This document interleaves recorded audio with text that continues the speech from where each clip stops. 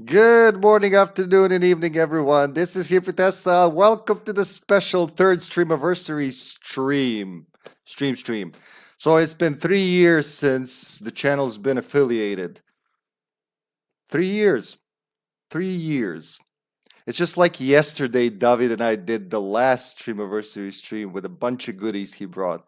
Here we are again, trying to make something different, special this year with the allotted space around me. So we're gonna go through some of the games that, some of the earliest, very influential games of my life that brought me here where I am. Gaming wasn't always the thing. It was like almost a side distraction up until a certain point, and then it took over everything. I forgot how to read books. Hello and welcome everyone there in chat. Hello, Mother of Hippie. Hello, Mutation. Good to see you, brother. Hello, Hipster Frankenstein. Hello, sweetie. Sash. Did I miss? Oh, Mother of Hippie. Gotta be greeted first. So, I tried to assemble a good collection of games that we can go through in a reasonable amount of time. Because if we really went through all the games, all the games that made me a gamer, we could be sitting here for 24 hours. So, in the biceps strike back. The movie stars. That's right. That's right, Frankenstein. Well, honestly, goulash recipe. I can find a what would you call that? A set in stone recipe, but I rarely follow recipes to the letter. I tweak the spices, anything from like jambalaya, goulash, bean soup, pea soup.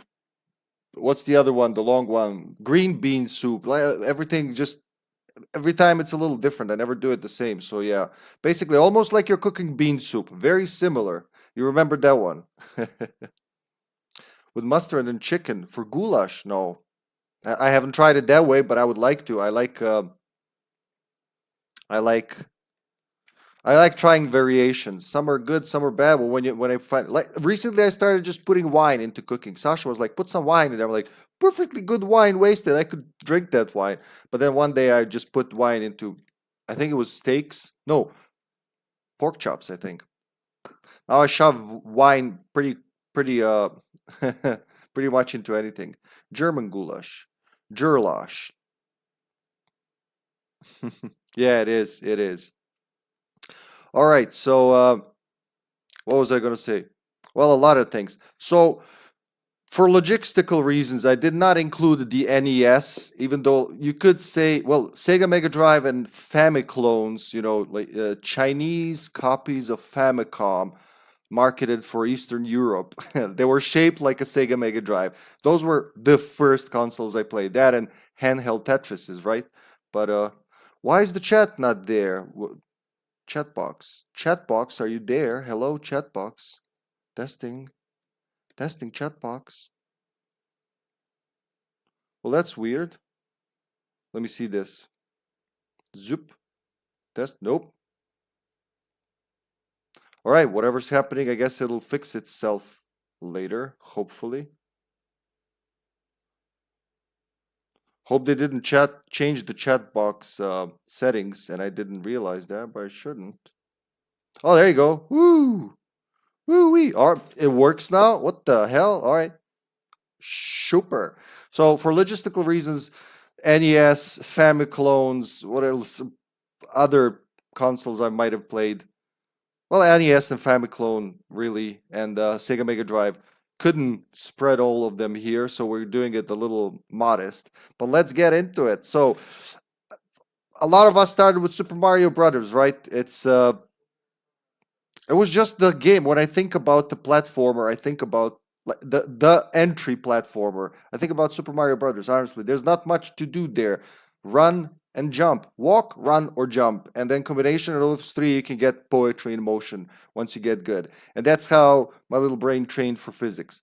but we're not doing that today. We're doing something. So after a brief stint with Sega Mega Drive, PlayStation was introduced to our game rooms. That's originally I did not own. I did not have a room, Joe, let alone a console. But seriously,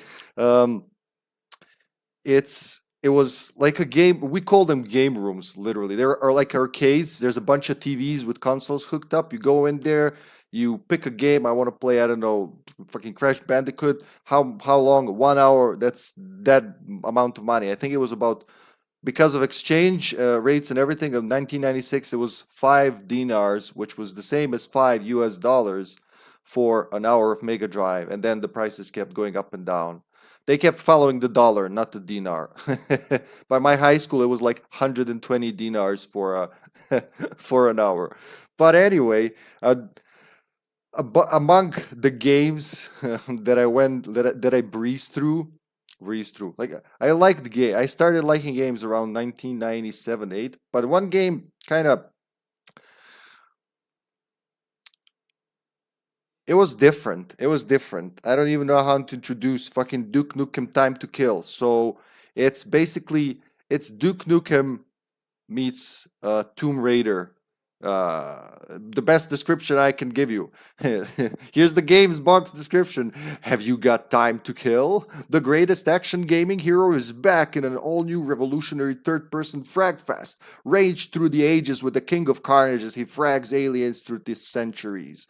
Duke will fry the bacon of Roman centurion pig cops in ancient Rome. Joust extraterrestrials in shining armor in the Middle Ages. Shoot it out with alien rustlers in the Old West. This time Duke is going down in history. Well, I like the time travel concept, honestly. Time to kill. That's why it's called Time to Kill. In case you didn't get it, it's because he's traveling through time. But this was the Duke's first foray into time travel. I did not know of Back to the Future or many other time travel influential things of the time. So this was my first time travel thing. Where's the camera? Come back, camera. Whoop.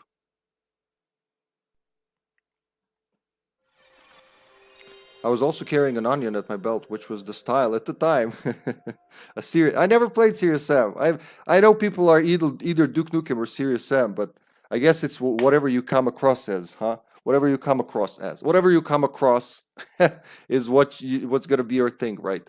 I like the one line. I didn't know what Evil Dead or fucking Army of Darkness was, and especially in this game, he takes a lot of Army of Darkness quotes and just like shoves aliens with them. Another thing was I was 9-10 years when I played this, and I really wanted to watch the intro. I remember that, but I was shy. I was ashamed of playing it, especially if some people worked around, because you know how it is with kids. They like to tease kids, like, oh, looking at boobies there. I'm like, no, I just want to see Duke Nukem kick some alien ass. Try to justify yourself to them, old bastards. I don't know if they're well, I don't know. They're probably still around. I lost contact with those folks. Would be nice to get them. Yeah, these scenes. We got pixelated boobs there. They're already 240p pixelated boobs, and we're pixelating them further, you know. Gotta protect the kids from that titular action. But shotgun blasting the brains, all that's fine, man. Now, this is the European version, right? This is what we got in I think there are slight changes compared to the US version, but yeah, the music is stabbing westwards thing I hate. Now, I hopefully by yapping all over the intro, you know, I don't get like, even though it's game soundtrack, the bots will be like, oh, it's actually licensed music, so you gotta do the whole fucking fair use report, basically. So I might have to do that mostly for this game tonight. Hello, Raito. Welcome, Raito. Welcome, Raito Gazer. Welcome to the stream. Thanks for dropping by. How you doing? It's okay for kids to kill polygon people, but don't you dare showing them polygon nipples. Exactly. Their nipple would have been looked like 1 pixel. You know, because it's 240 pixels. The entire thing is 240 pixels tall. How many pixels can that nipple take? What do you think? I say 1 to 4. 1 to 4 pixels. How you doing, Righto? Take 2, yeah, that wasn't... So like I said, I've mentioned this a couple of times. In the 90s, piracy was rampant here. I used to think that video games are made by people who just burn them onto CDRs and distribute them, because that's how they came even in arcades. You know, they had posters of games, but all the games were burned onto discs, played on chips, PlayStations. I don't think any console was ever as pirated as the PlayStation 1 was. All around. Boundy!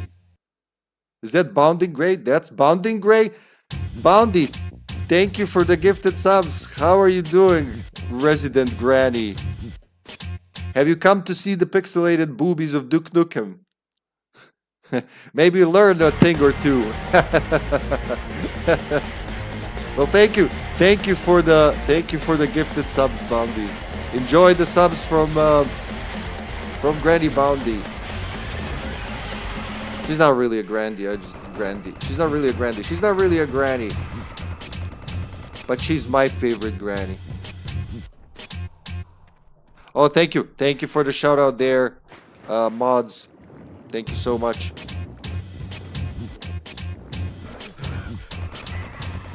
Emotes, here I go. Yeah, we all like having it's when you have a subscription to someone's channel and they have an amazing emote, but then something happens with some payment methods and you don't have that anymore. It can get really annoying. You're used to writing it with style and now you can't do that. What, Shani? I can't hear you. My dentures are lost. My ear balls are bleeding. How are you, Boundy? And how's Brother Senpai? Alrighty, hipster boy. Let's check out some Time to Kill. We got quite a few games to go through. Let's just quick breeze through Duke. Why Duke Nukem? Because I like I don't know. I like the progression of the game, man. I like the. Looks like it's time to kill. I liked one-liners. Ooh, analog controls on, please. Please. I like the pork killing action. There's gonna be more of them around the corner. See, when I was a kid, I couldn't play this on the easiest difficulty. I would die constantly in the first level. But I kept trying. I didn't know what auto-aim is, so I kept trying to kill him like this with manual aim. But you just let it auto-aim. Can't headshot everyone, right? I love the smell of bacon in the morning. Yep, that's what I fell in love with. Duke one-liners. He's about to go to sleep. Well, rest well, senpai. Rest well, my brother. He's probably dead tired from work. Hey! Just to brag, just to like rub salt into wounds, I guess. He just crashed his ass. I actually slept full 8 hours yesterday or last night, and I managed to sneak in like a 2-hour nap just before the stream. So you know this wouldn't be hosted by a semi-dead pixelated. But yeah, it means a lot. So hopefully he rests well. Hey, I repeat. let's get a move on, shall we? Alrighty, Duke. One whole Nipligon. A Nipligon, yeah. Then you walk in there. My home away from home. Mommy, why are the ladies hugging the poles? You can pinch their butts if you want to. If you're really into that kind of thing. Pinching the strippers. Ooh, do that again. What, again? Come on, pinch her, Duke. Whoa, mama. She's just like doing a backflip and his mind is blown. But so was my 10-year-old mind as well. Now, if you're a baddie, if you really want to be a baddie, you kill a stripper. Which you should never do. You should never kill a stripper, really. Somebody has to earn for living that way. They teleport a lot of motherfuckers in to take you down. There goes Duke. Now, without planning, without good... Let's get into some level. Without good... what do you even call that? Like trial and error. As a kid, I would just kept constantly wrecked in the game. But now we know better, right? Let's see. 1, 2, 3, 4, 5, 6, 7, 8, 9, 10. Alright, that one is that. So the other one was 1, 2, 3.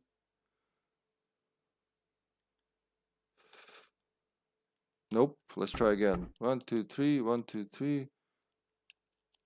Or the other way around. 1, 2, 3, 1, 2, 3, 1, 2, 1, 2. Nope. Well, at least I can do the infinite ammo, right? 1, 2, 1, 2, yes. 1, 2, 1, 2, yes. No, I forgot them all. 1, 2, 1, 2, yes. There you go. When you're older, you always know better. Yep. Yep. Well, you should. Not everybody does, really.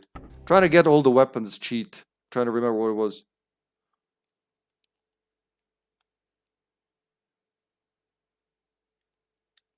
I thought it was that. So it should be R1, R2 up, R1, R2 down, L1 left, L2 right. But, you know, it's been years, so I might not remember. This is good enough. Infinite ammo will do the trick. We don't need to take care of them, really. All we need to is answer the phone. Alright, we got a hype train. Thank you, Bounty, for that. What was the movie where Christian Slater kills a hooker while fucking her on the wedding of... very bad thing. Is that the name of the movie? Is that the name of the movie? Played the crap out of Vice City as a kid, but I don't know if I'd still know the codes or the weapons. Yeah. Oh, no one's picking up. There should be like... Oh, yeah. There we go. Ooh, Laura, is that you? That's supposed to be Duke's girlfriend, I guess. Because he knows her by name and all. I always assumed it was his girlfriend. Alright, let's check main menu, right? Quitting. These gave me nightmares as a kid. This one's even nice. Some of them are horrifying. Like fucking Monty Python nightmare animation. But now we can select levels, which is what I wanted. We're gonna skip around a little, because I did say this is a time travel game. So let's go. Duke Hill is okay. Well, let's check out Duke Hill. Do I select the level? Was that it? Yep. Wussy, come get some. Death Wish. What was the last one? I want to die. Something like that. There's a new sheriff in town. What was the weapon cheat, though?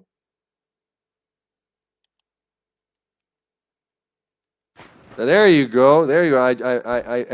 I changed it. Now there's like another one for even more powerful weapons. But who's gonna remember that? Because all the weapons can be upgraded, right?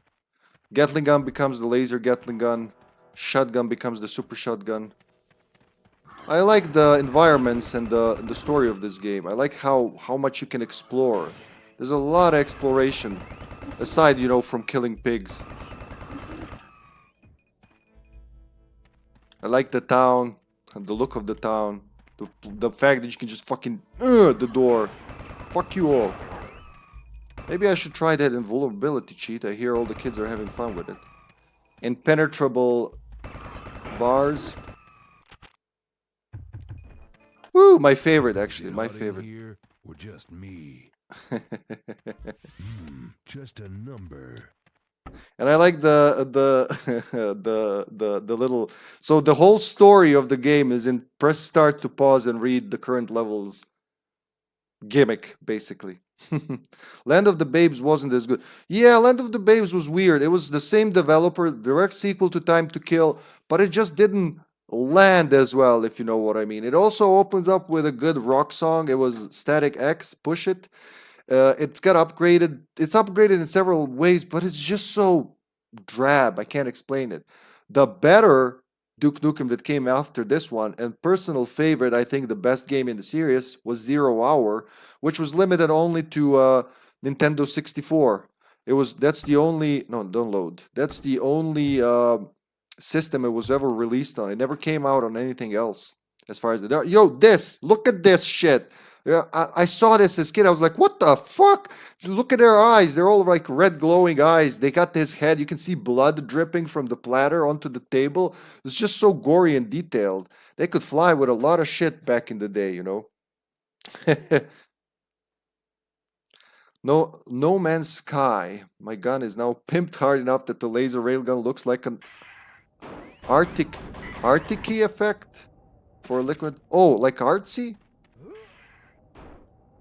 0 hour, yeah, 0 hour is amazing. We're not doing N64 today because I honestly did not grow up with N64. Look at these names, Miner 69er, Gold and Guns. This one has a reference to Back to the Future. Before I saw Back to the Future, I saw the DeLorean here. It's this level, actually. No, it's not. The level after this one. This is Miner 69er that's on the demo. So this one. And the next one, Gold and Guns, you actually see the DeLorean. And he comments on it. Obey or Die is back. So you go back to the present. Everything's changed. The strippers are now pigs. They're not women. They're pigs on poles. You go to the Middle Ages. Family Jewels. Yeah, it is. Miner 69er.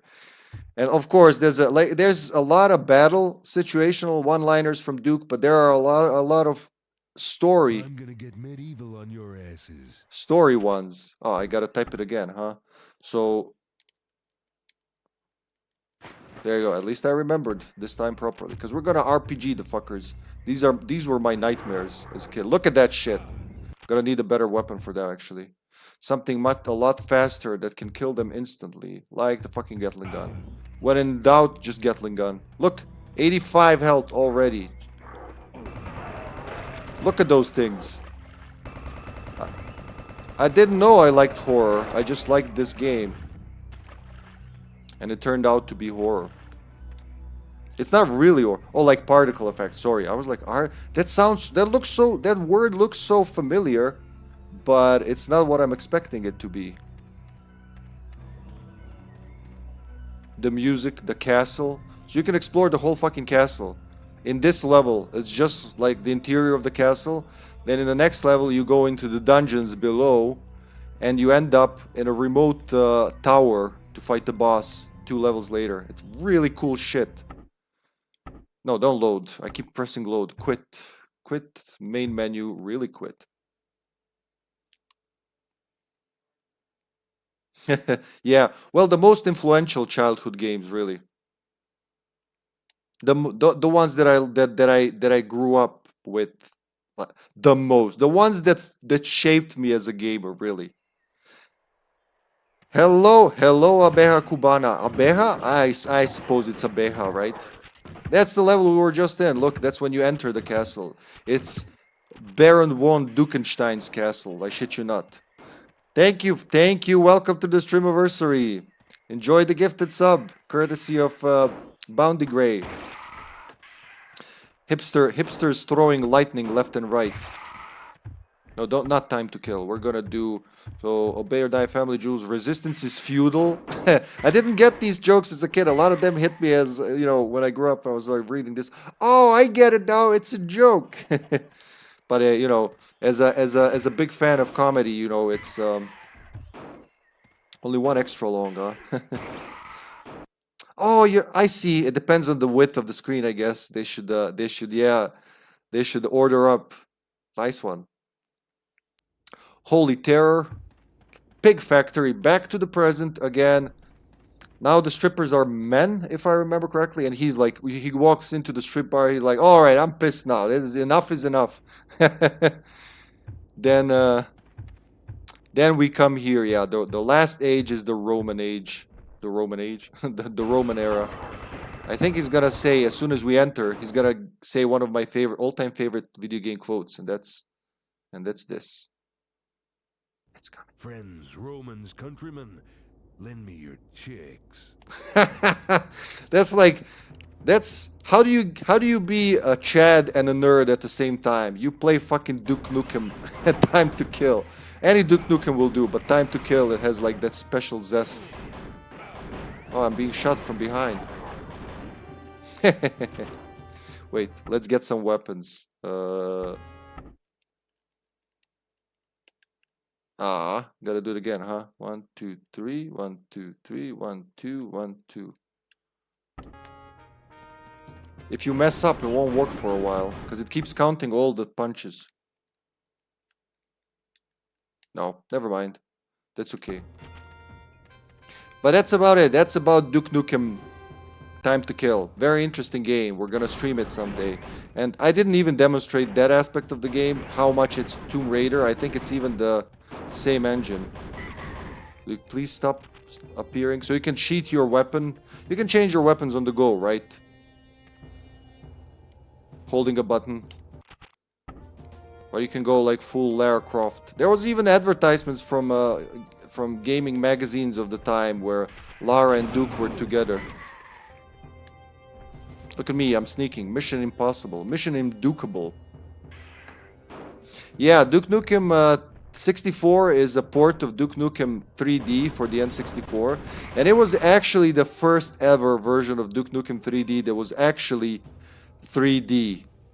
Because Duke Nukem 3D wasn't really 3D on the PC, on the PlayStation, on the Sega Saturn. So I finished, was it? Yeah, the PC version, Megaton Edition, we finished. But we're gonna do Duke Nukem 64 coming soon for Couch Wednesdays. I think starting next week or the week after that. It's somewhere on the schedule. But yeah, that'll happen. And it's really good. Honestly, it's hard as balls, but it's good. It's a very competent version of Duke Nukem 3D for the N64. Werner Beinhard? Yeah, when you're a kid. Wish you were here. When you're a kid, you don't get all the jokes, right? Now, an honorary mention. I don't have... Hold on a second. I gotta reset the console. I don't have this as an actual game, but there's an Easter egg in Duke Nukem Time to Kill for a game whose name I couldn't even pronounce as a kid. I better play it. Or maybe talk about it. I don't know which one should come first. It was, I guess the same company published them, right? And the game's called Rogue Trip Vacation 2012. I think, if I remember correctly, employees of Single Track Studio that made Twisted Metal banded together and made another game. Now, if I remember, I hold all the 4 buttons. Shoulder buttons. It should trigger a secret intro to a game. That was a thing back in the day. You'd get intro for one game. There you go. The year 2012. The world is crumbling into a new dark age. Disease and poverty run rampant in a world scourged by desolation. Thank you, Carter. Thank you. Radiation and despair. But hey! Don't let that spoil your day. Take a vacation! I would love to do it. Literally dying to go on vacation? Well, now's the time to make your dream come true with a luxurious visit to one of Big Daddy's Vacation Wonderland. By the sweat and blood of those zany, wacky, oppressed lower classes, Big Daddy's made his little paradises shine like gemstones amidst the teeming crud of our sad little dying world. Kitty wants to. You can afford it, so call now. Operators are standing. Hey losers, need a vacation? Can't afford one of Big Daddy's snob fests? Don't despair, fight back. Hire an auto mercenary. These professional party crashers will hijack you on a high-speed, high-thrill, totally unauthorized vacation deep into the very heart of Big Daddy Land. And at a fraction of the cost. Our tricked-out battle rigs are fully loaded attack vehicles, armed to the teeth and ready for anything Big Daddy can throw at us. We fight the fights, so you can see the sights. This has been a totally illegal, unpaid announcement for the Amalgamated Association of Auto Mercenaries. We now return you to your regularly scheduled crap!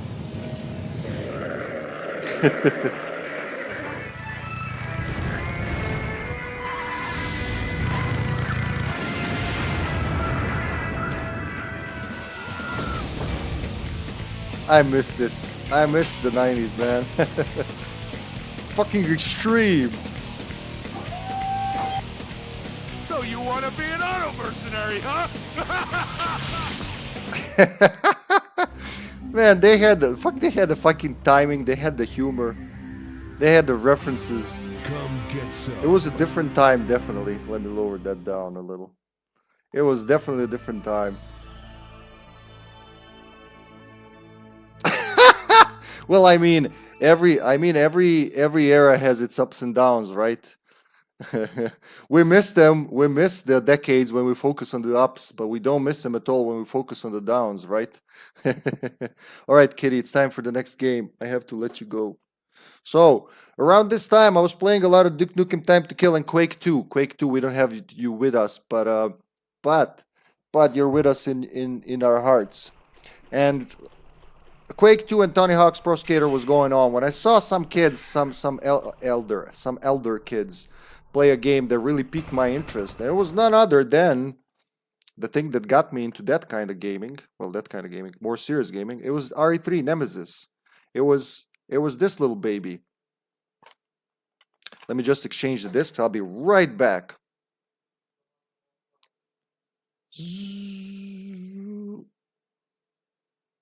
Let's do it like this. Whoop. Hard mode, hard mode. I'm gonna have to. I have to disappoint you. So as a kid, I played this on easy mode. In fact, I played it on easy mode until very recently. I thought like hard mode is just hard mode, you know. Didn't know all the goodies that were in there for years and years. And then finally I dropped some testicles a couple years ago and I did the hard mode. But we're gonna open the tray while the game is running. Until it needs to load. So the disc is out now. The game still... It's still pulling itself until it needs to load something. Yeah, right though. So sorry to disappoint you. I'll do better for the next Streamaversary.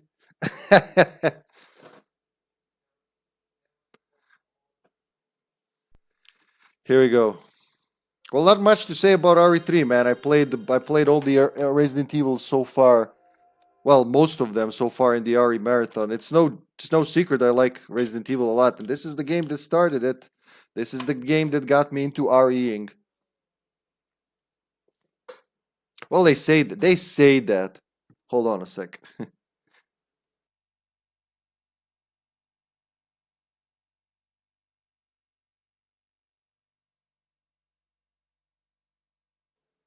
There you go. So I can see something. So I can see the goddamn screen. That's Paul Gaming for you. See those? Well, not here.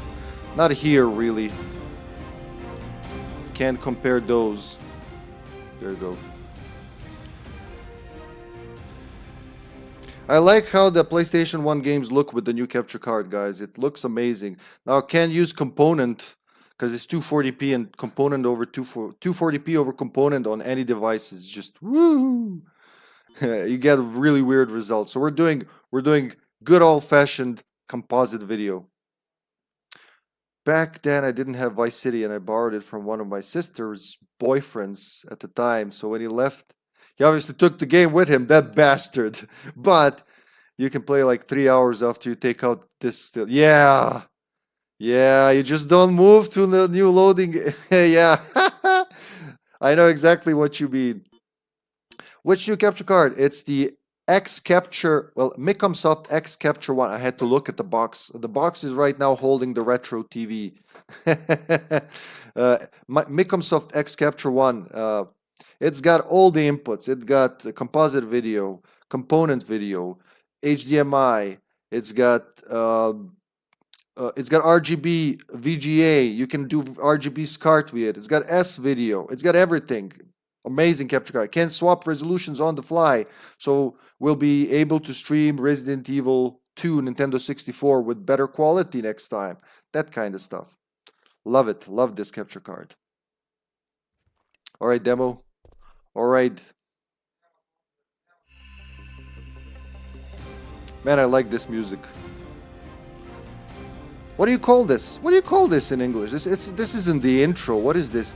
It isn't the demo. It's like, it's not a trailer. I don't know what you call the, because that games used to have that, right? It was a big thing in the late 90s to late 2000s. Games would have like very short video showing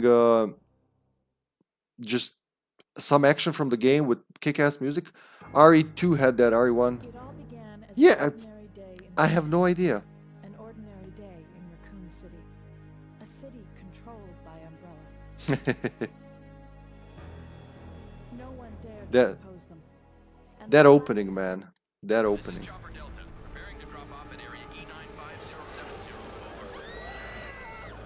Ugh.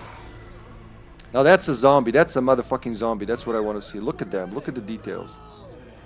The graphic is not nearly as good as the modern game, but there's just something about the grittiness and their greasy, dirty bodies. And then you have the clean police cars arriving, special forces.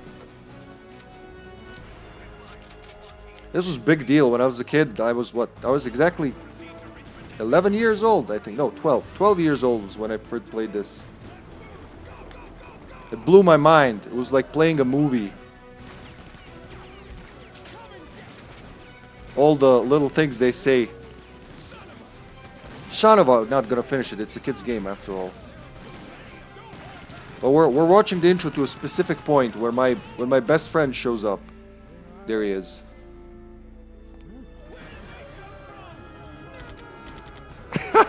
I don't know why that one always gets me.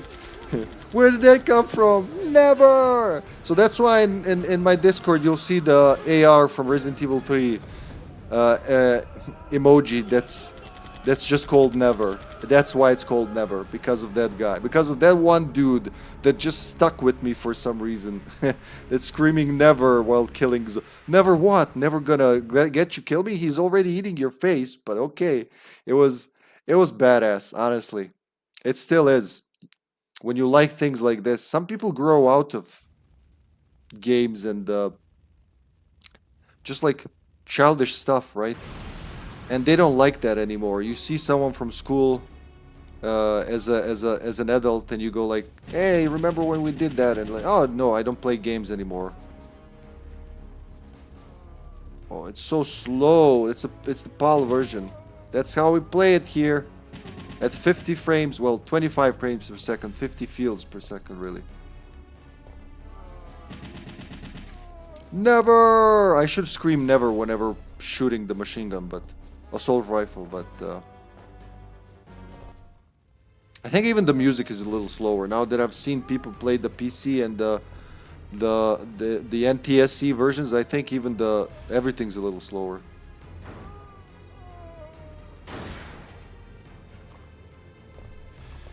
The aesthetics of the town. You can see the fire escape in the background. I don't know, it shaped a lot of my love for architecture as well. September 20th, Maps. daylight. The monsters have overtaken the city. The shitty. Somehow, I'm still alive. You can skip. This was the first RE where you could legit skip the cutscenes. They can be like, now blah blah blah, my daughter, my family. Oh yo, you gotta go with me. Just press select. There you go. You don't have to watch it again. But this was the RE that got me into RE. And what do I call that? Inventory-based games. I like inventories, man. I like deciding on items, doing shit. You know, I like doing shit. That's HippyTesla for you. What do you like, Hippy? I like doing shit. But you know what I mean. I like more. So it all started with that, why I mentioned Super Mario Brothers. It all started with running and jumping. Walking, running, and jumping. And it was right about... Like, Duke Nukem was the game that got me into inventory, really. You go collecting all the weapons, thinking what weapon is good for which situation. I liked that aspect of the game. We don't need anything. We're not really gonna play. But, it was Resident Evil 3 that got me into like puzzle inventory based games. Now this all leads towards RPGs eventually. I didn't get into RPGs properly until 2009. I tried a couple of Final Fantasies. I tried Baldur's Gate. I tried... What else did I try? I'm pretty sure I tried Pokemon by that point. But it wasn't until I gave Final Fantasy VII another go. And I went, oh my god, this is actually pretty fun. Didn't leave the TV side for a month.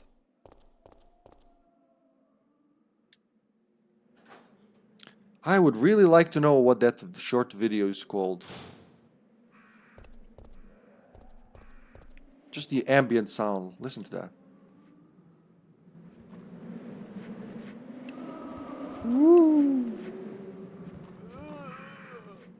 I don't know, it gives me goosebumps. It sounds like a late September morning, or like, well, morning really, isn't it? The car. Was it this one? Oh, it's this one. Yeah, now it just does that. Later it's gonna make me shit my pants. Down, boy. Ratatatat. Never! I'm not screaming. I'm not doing this properly. I'm not screaming never. But look at that. Look at the town. It's so detailed. I don't know what it is about this, but it just looks... I want to explore. I want to touch it. What's that plant? Nothing unusual. Well, you don't know that, Jill. There's a bar. What kind of bar? What's served in there? Barricades. Look, Dorian was here. There are barricades everywhere. The shutter is down. You could just touch everything. You could explore. It's locked from the other side. That's right. That's the first route I took. I went here. I was like, oh, it's locked. You can't pass. Didn't even see this door, I think, the first time. I went back and around to get to this door on my first run. I still remember details like that. I think this is the Mon hot dog stand. It's not what I thought it was. Then you're minding your business, just passing by. There's nothing to see here. Never mind. I'll go back this way then. And oh, it's not gonna happen. All right. I guess I didn't enter where the game expected me to. From this side, isn't it? Or that doesn't even happen yet. I don't know. It's been a while.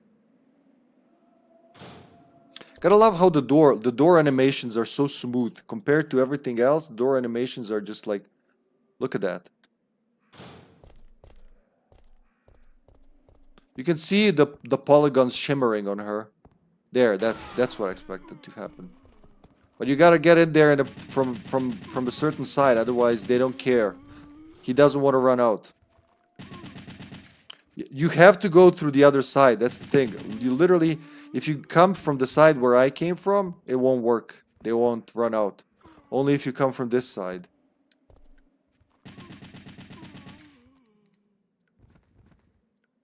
Yeah, you can. Yeah, that's right. You can check the door. Yeah, if you didn't trigger it already, you can check the door. That's right. See? The Zippo. Yeah. Oh, yeah, easy mode. You get the shotgun right away. Like, here you go. Go kill something, kid. He's lucky he died before his guts were ripped out. I remember reading this as a kid and thinking, like, this is a cellar. Because every room tells a story in these classic REs. Cases of drinking water, lighter fluid. I'm sure there's food around as well. So this was like a survival shelter, you could say. And now I wonder if this guy was alone in here and zombies got in there and got him, or, you know, there was a whole fucking family. Maybe they were a big family. They were all adult, large family, and they holed up in there. And he didn't zombify. He was killed before he even got to zombify. You know, I think about shit like that. But anyway, this is the big E concert, right? No? Somewhere here, I think. On one of these walls. Big E concert, September 30th. Starts at 7:30 p.m. Never happened. I wonder if they refunded all the tickets. To everyone who didn't get blown into smithereens by the atom bomb, we're refunding our never held concert in Raccoon City. The family was edible, it sure was. Never! If you don't scream never, you don't get the crits. Never! Bar Jack. Yeah. Damn, Sonny. How is that even hitting? But it's just like all three. Whoa. Never seen that before. Let's step on his head. Come on. Ooh, kick it. Yep. With the sound effects and all. Beautiful. Still beautiful. All these years later, I'm looking at it on this. Well, it's not the big TV, but it's the TV I use for retro games. It's still both on the stream and here. It just looks adorable. I like these aesthetics. I like this style. Never. I nevered them into oblivion. Oh, this guy wasn't nevered. No, he's nevered. That guy is nevering again.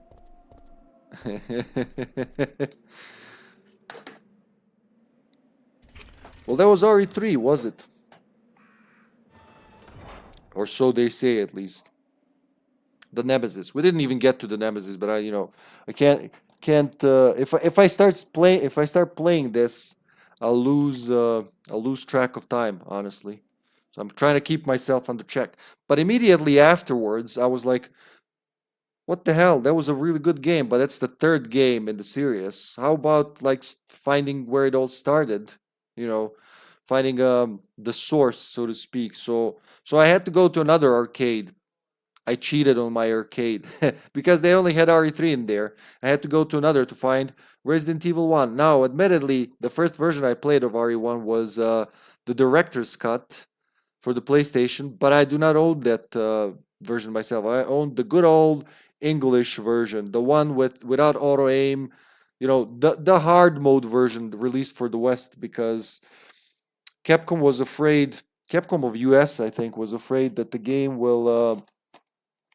People will rent the game and just breeze through it, and they wanted it to be rented over and over again, so they made it harder in the West than it was in Japan.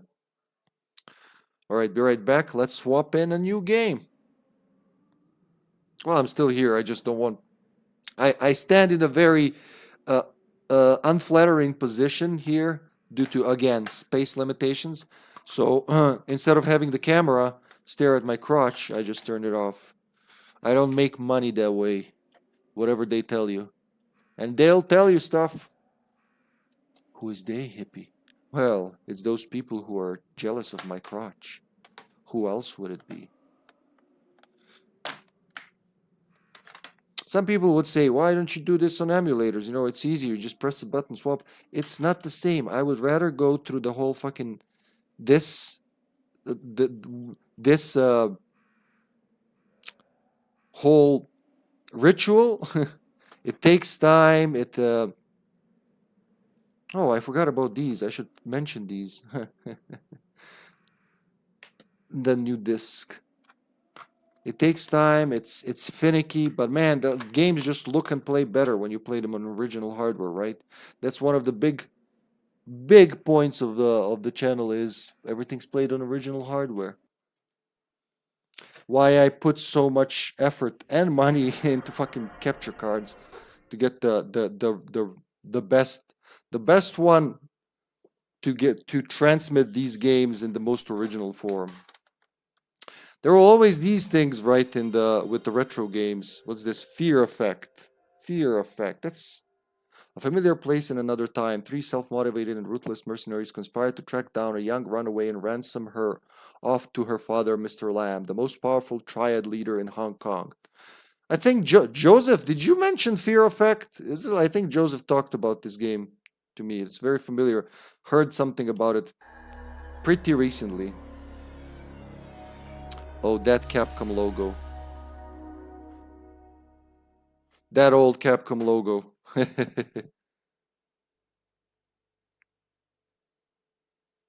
With my phone, now phone looks like a PS1 with wireless controllers. Yeah, you just get your favorite way of playing games, right? We have much more capability now than we had as kids, than people had before to do these kind of things. Hold on. I think Joseph talked about this game. I've never played it personally, but I'm interested. It sounds appealing. Why can't you focus, camera? It's the light, isn't it? The light's falling awkwardly. But yeah. Provoking a reaction. That's like the old eidos.com brochure. They're talking about their upcoming games. Power Stone, Tomb Raider, The Last Revelation, Fighting Force 2. I mean, it's been years since I played, but even as a kid, I thought that Fighting Force 2 lacked compared to... There was no fighting. It should have called it Shooting Force. Legacy of Kain, Soul Reaver. We all love that one, don't we? They say the dead know no pain. Things are about to change. As Raziel shifts between planes, the world morphs around him. Bloody hand-to-hand combat, exploration, and puzzle solving. Streams directly from CD, huge levels with little loading. Stunning gothic architecture with high-resolution graphics. That's Soul Reaver for you. Tomb Raider 3. The Nomad Soul. Never heard of that. Daikatana. Never played it. I know about it. Resident Evil 3 Nemesis. Gex. Deep Cover Gecko. Urban Chaos. Abomination. The Nemesis Project. Braveheart. Fucking Mel Gibson. Look at that.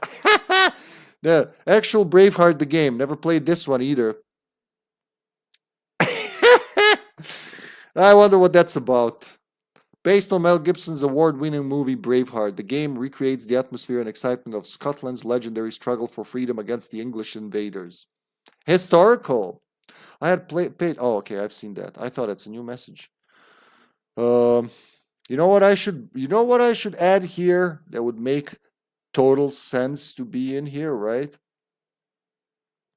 I should add the little game window, at least for now. Where are you, little game window? What was that?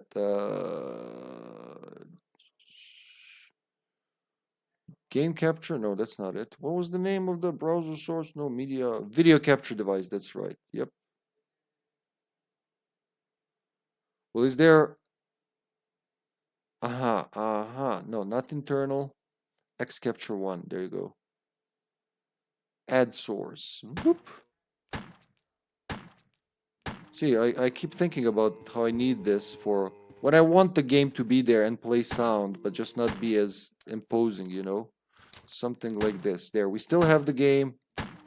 We got the chat box. We got the alert box. Do we though? Yeah, we do.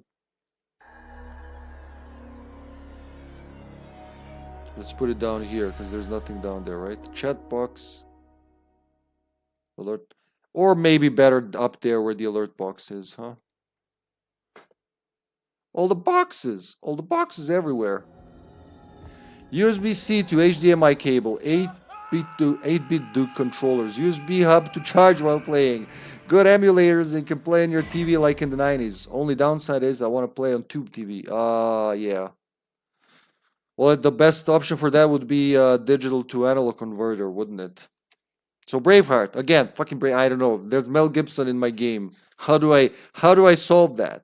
Commandos ammo pack, handle with care, explosive gameplay. Cutthroats, never heard of it. Dragon Warrior Monsters. So there was was there a Dragon Warrior? Oh, Game Boy Color. Okay, it's a Game Boy Color. Some of these are PC. None of them are PlayStation actually. Damn, son. All right, put that down. Next game. We're only at the third game. Holy hell. There's still quite a few more to go. But it's, you know, it's RE1. Again, can't say much about RE1 except it's fucking RE1, man. It's the granddaddy. Can I skip this? Can I skip Capcom? No. Capcom is unskippable. Whoop. Oh, because it doesn't use analog. That's right. It's so old, you can't even use fucking analog with it. Ooh, that announcer. There was Dragon Quest Monsters for the Game Boy Color, huh? See, I didn't know that. I thought the first Dragon Quest thing ever released here was Dragon Quest 8. Well, that was the first mainline series, huh? Game to be released in Europe. So I heard about Dragon Warrior, though. They holded that in Europe too, have they, huh? Way better than Pokemon. It was the way better Pokemon. Oh, really? That's what Carter says, huh? Situated in northwest Raccoon City, where we're searching for the helicopter of our compatriots Bravo. Too bad we don't have the uncensored version. This would have been much better in the uncensored variant, but yeah.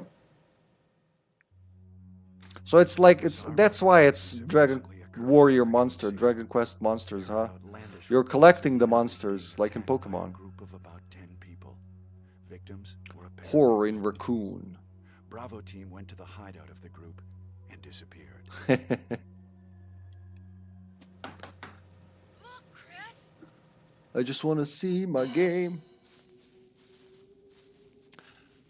Why did they turn it into black and white though in the West? So the uncensored version is full color, but they reduced it to monochrome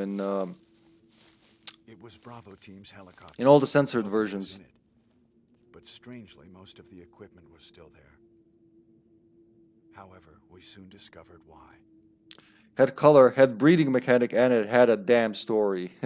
Have you ever played Azure Dreams, Carter?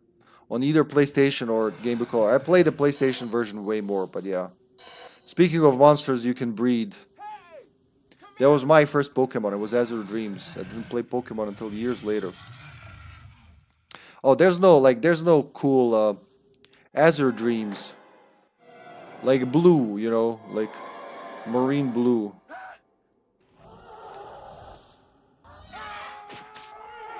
Azrael, not Azrael, Azure. Yeah. It was a Konami game that the PlayStation version is way more robust. Let's say you can get in. So it's all set in one town, and the play. Joseph. No, she does it like this. Joseph, like a sock puppet. It's like a kind of like Rogue, you know, procedurally generated levels. Every time you get out of the dungeon, it resets the player to level 1, but the monsters keep their levels. So throughout the game, the more you progress, the more you rely on your monsters to keep you safe, you know, and you want to breed them to get new kinds. You want to help the town develop a library, a hospital, a church, a restaurant. Badassery incoming. Chris Redfield. All the zombie heads are cool, but please cover him smoking a cigarette. We can't have that in our games. Jill Valentine.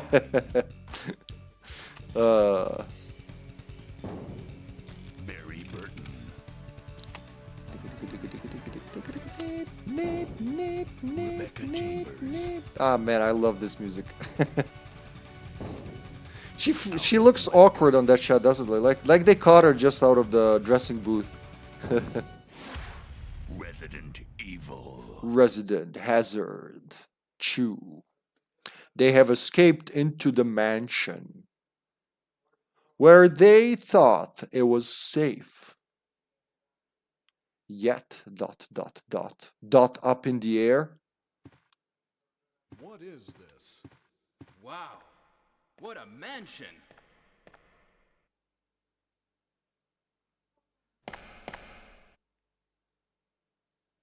Captain Wesker, where's Chris? I can hear the laser moving. Stop it! Don't open that door! Zip, zip. But Chris is... After each sentence goes zip, zip. What is it? Maybe it's Chris. Yeah, I've seen Jill, that. Can you go? I'm going with you. Chris is our old partner, you know. Okay, let me handle this.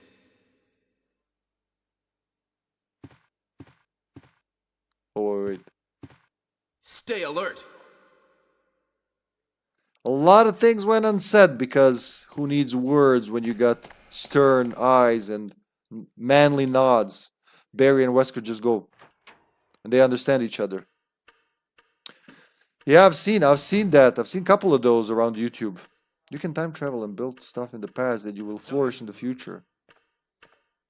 Nice. Interesting, Carter. That sounds really interesting. A dining room. A dining room, Jill. Look at this dining room. Beautiful. What is this? What is it? Blood. Blood. Jill, see if you can find any other clues. I'll be examining this. You're dead scared. Face your fear. This little image was the PC version cover. I remember somebody in school borrowed me the PC version. So this was the whole cover for the PC version, at least the one I held in my hands. This little look, his head is cracked and whatnot. Sheesh. Lovely though. If you like details, gory details, it's beautiful. Hope it's not Chris's blood. Ah, this is the Barry. This is the Barry I grew up with. Now we have modern Barry's. He's Revelations 2 Barry. He's an old man, still fighting good. He's okay, but this is the Barry. If you want, yeah, we have Gaiden as well. Resident Evil Gaiden. We played that. Didn't finish it because of the glitch, game-breaking bug. But Yep, the only berry that needs. That's right. That's right. Right to nose. 3 magnum rounds to kill a regular zombie. He shoves those like 357 rounds into him like they're 9 millimeters. Gart Marenghi. I love that show. Dark place, dark place. Barry? Why do you need so long to respond, Barry? What is it? What is it? No! It's a monster! Let me take care of this. 1 and a 2 and a. First 3 times he shot his ears off as a warning. First 2 times. Blood. Blood! I gotta rewatch Dark Place. Kenneth was killed too. Maybe by this creature. Anyway, let's report this to Wesker. I remember when I first played this game, I went to that other arcade with my nephew. With one of my nephews, the one that was walking around with me the most back then. Wherever I went, he went with me. Wherever I was doing, he wanted to be there. And we played this for a whole fucking day. I think we played for like 6-7 hours. Wesker! Help me look for him, Jill. And don't leave this hall for the time being. And well, it gave the poor kid nightmares. Oh, well, I mean, what can you expect? If I was 12, he was 7 when I played this. We got as far as Yon, the snake. I remember it took me 6-7 hours running around the house to figure everything out. But I was loving the puzzles. I was loving the house. This mansion, it's one of my all-time favorite video game locations. Rarely anything measures up, honestly. Thank you, love.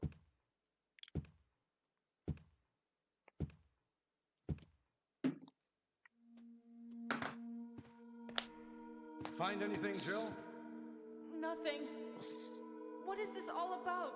I can't figure it out at all. I don't know, Jill. Beats me, too. Now it's Wesker's time to disappear.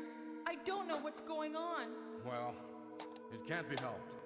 Let's search for him Well, separately. it can be helped. Ah, fuck it. Barry just shrugs it off. Try the door on the opposite side. This mansion is gigantic. Carter. Into trouble if we get lost. Let's measure dicks, We should Carter. start from the first floor, okay? And I'll start on the second floor, you start on the first here's floor. a lockpick. It might be handy if you, the master of unlocking, take it with you. So this one doesn't have a box, Thanks. unfortunately. Maybe I'll need it. This one doesn't have a box. I never actually got it. I bought it like this. It's Crash Bandicoot 2, Cortex If Strikes something Back. happens, let's Alright, meet Barry, up I'm in this saying hall. something here.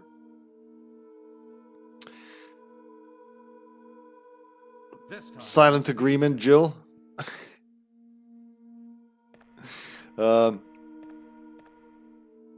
Around this time, I was playing Crash Team Racing a lot. And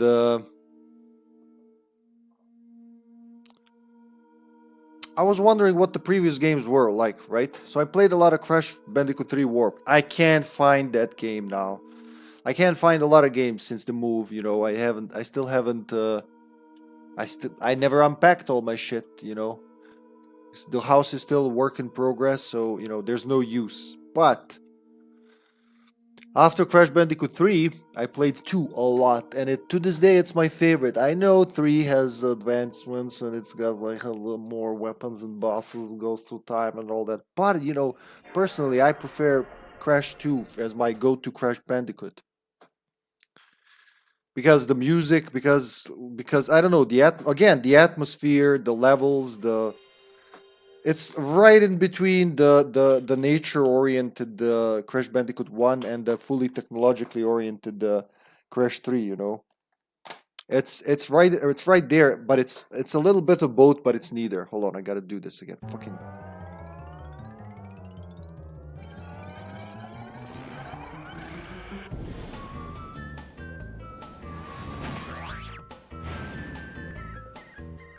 This intro.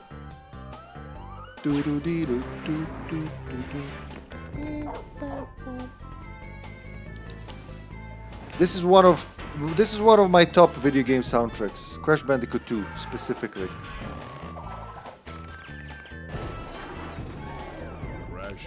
Is it muted? Yeah, there you go. Cortex strikes back. So as a kid, I talked about the piracy around Serbia, right? Around the region, not just here, right? And I noticed that some arcades had Crash Bandicoot 2 and 3 with the English selection. Some of them did not. I didn't know those were like those were pirated PAL and NTSC versions. So of course the American version wouldn't have the language selection. The European will. Now it makes sense. When I was a kid, I was like, why do some of them have this, some don't? Sadly, it was before a time where everybody had a phone camera, and the glue fucking died after. Wait, what? I even had built. Oh, you built the throne room in paper. Sorry, I missed that message.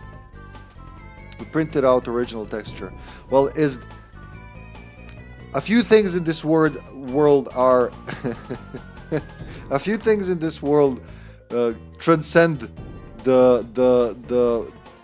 It's not fanboying, it's not nerdiness, but it's a little bit of both and beyond, and that's amazing, man. Bravo, Carter. Hello, Gavin. Welcome to the stream, Gavin. Welcome to the Streamaversary, my buddy Gavin. How you doing, Gav? The door's even open. Wow, the throne room from Soul Reaver, huh? The one he built upon the pillars of Nosgoth. Thank you. I will never do it again. Fuck this shit. Good to hear, Gav. Good to hear. Well, welcome, welcome. Checking out some of the... Thank you so much. Some of the earliest games from my life. Press start to be.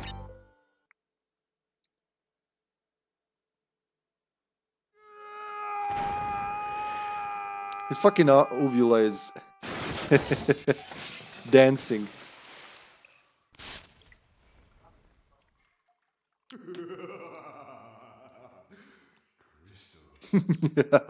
That evil laughter. All right, Homer. 1 year later. But Dr. Cortex, to reach full power, we need not only your master crystal, but also the remaining 25 slave crystals from the surface. How do you expect to retrieve them when we don't have any earthbound This is so objects left? geeky. You fool! Do you think I'm unaware of the situation? If we don't have any friends left on the surface, then we need... I think this is Clancy Brown. Was this Clancy Brown already? I know he did play Cortex at some point. Beautifully animated, honestly. Crash! Crash! My battery is fried. Make yourself useful, big brother, and bring an extra battery for me. That's how the game starts. Like, when you start, you can quit this part. It's like a tutorial level almost. You can never go back to it. Kind of like Yoshi's Island. You know, you have an unrepeatable intro tutorial level. You can never go back to it. But in this game, you can skip it. If you just go Warp Room, you get out of here, you never come back. But the point is to get you into the game, right? Music slowly starts. Enemies start appearing, which is just the wildlife that you're, as Crash Bandicoot, you're punching into their oblivion and doom.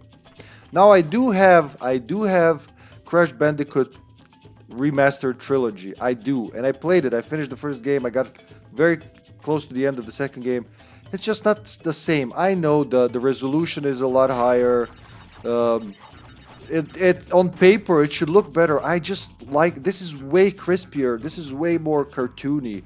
The remaster is just too plasticky for me, you know. The music is even so much softer. It doesn't sound... This music pops. Even in Crash Bandicoot 2, that has very smooth music compared to Crash Bandicoot 3, it pops. In the remakes, it doesn't pop. It's flat. It's the same music, but it's not the same, you know?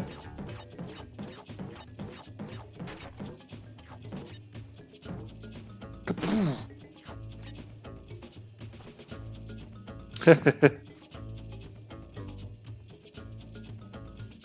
As the Kurgan. Wait, the Kurgan. What's the Kurgan? Yep. So Gavin, you did play Crash Bandicoot 2, huh?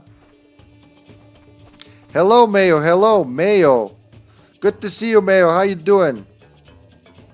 We went through what we went through already. Duke Nukem Time to Kill, Resident Evil 3 Nemesis, Resident Evil 1. We're going through a little Crash Bandicoot 2, and then moving onward. This is the last PlayStation game. We're going to a different platform after this. So I didn't mention this. So I hoped it was implied. I didn't. I just forgot to mention it. But I think they're gonna talk now. But we're going through these in some order. Yeah, this is where the problem with the disc arises. This is the disc purely. It's not the console, because this console reads almost anything except for this disc, and the console with the worst laser reads it easier. I gotta get me all I gotta refresh my Crash Bandicoot trilogy, but not the remaster again. There we go. Zoop. Oh, okay. Yeah, it's been years, Carter. It's been fucking years. Kevin, you played the original PlayStation. Nice, man. How you doing, Mayo? Good evening. Mayo Hazard. Well, Mayo Setsuna. Fuck, I still go with Mayo Hazard. Well, Clancy Brown was the voice of one Dr. Cortex. Can't remember which one. Maybe in the games after that, but yeah, he was definitely one of the voices. Now, oh yeah. Never mind. That's not like all the boxes are up there. Never mind. I wanted to do something cool, but everything's packed up there. Alrighty, Mayo. Thanks for dropping by, man. Alright, that's it for Crash. Crash has crashed its last. His last. There's still 8 more games to go through. Crash the Bandicoot, exactly. Alright, so how are we gonna do this? Now I gotta switch platforms. This is the last PlayStation game, right? 1, 2, 3, 4, that's it, yeah. So, I'll be right back. Just quickly gonna swap consoles.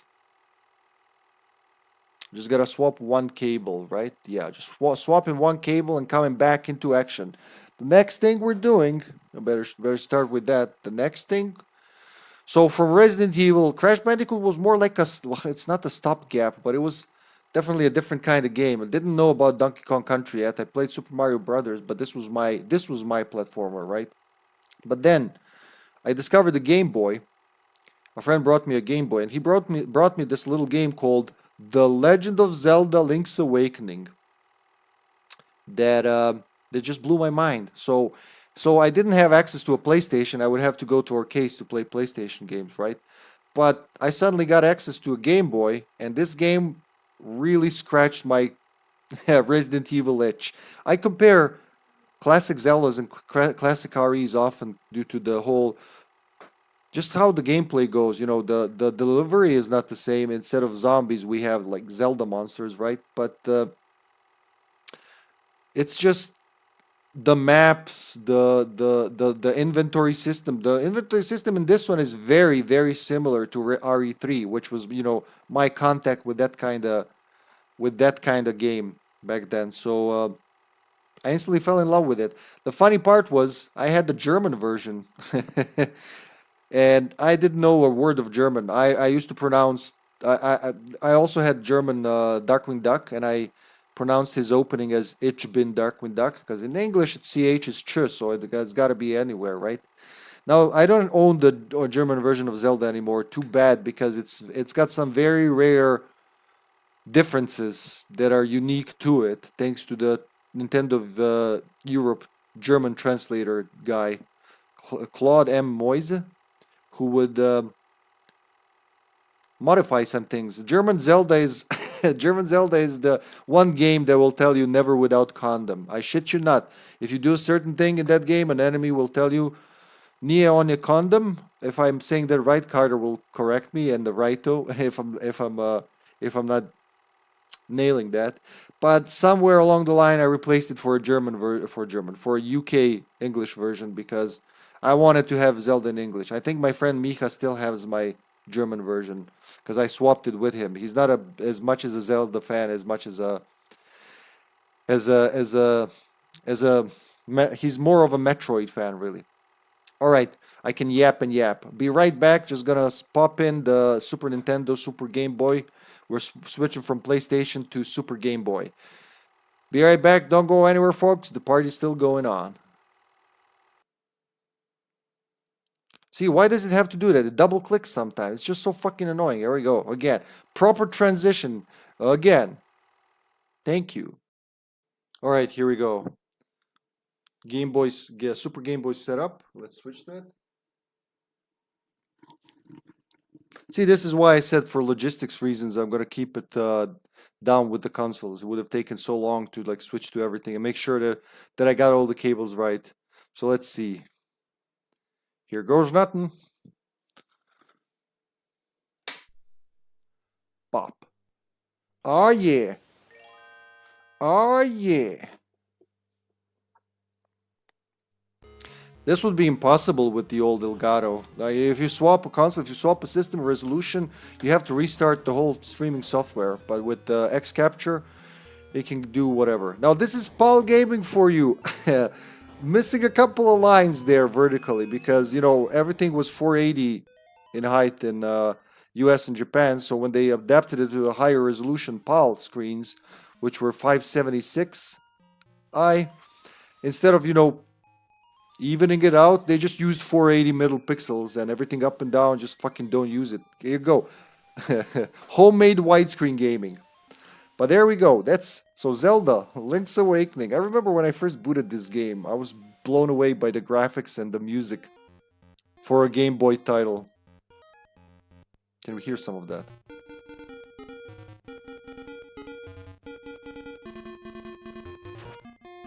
Well, that's pretty badass. For a 1993 Game Boy title. And I played this in what, 2000? 2001, I think? How's the sound though? Can you hear me? Can you hear the game? Because I know the chip tune is a little... It's a little different. Claude and Moise is the reason why quite a few of the translations for Nintendo games suck. Yeah, I heard about that. I honestly heard about that. But from German people, right? German and Austrian people. But I mostly know him for the Easter eggs he put into games. I heard he was reprimanded for that a lot. For putting things like neon on your condom and... What else was there? I think, yeah, in the German version. So, in any other version... no. What's the B button here? What's the undo? Select? No. Yeah, there you go. If you just type in the name as capital Zelda, you get different music.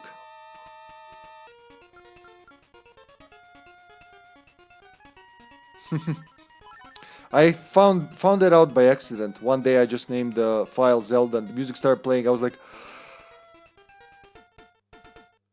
You can imagine, like, I fucking hacked the game, Mom. I typed the string and the music changed. There's a whole genre of music that got a funny dub. The genre is called Rainer Brandt because the guy started it.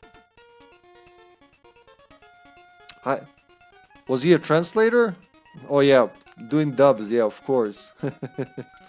So in the German version, you can type Moise's name. I think you just type... It's not gonna work here, because this is not the German version.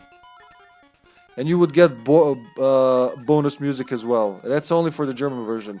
German version is the only one next to Japanese that has the quest item bikini top, which was changed in all the Western editions to a mermaid scale or something like that. Now, Zelda is coming up for yeah, seriously, Zelda is coming up. So I gotta change the battery on this one. As you can see, there are no saves. It doesn't hold saves anymore. The Link's Awakening has been redeemed already. I think it's somewhere. I gotta check the schedule. Sometime in a... Actually, no, it's coming up pretty soon-ish after Yoshi's Island. But it was already redeemed by Sega Fan along with Final Fantasy IV. So we're gonna play this. I just gotta get off my ass and solder the goddamn battery on to the cart and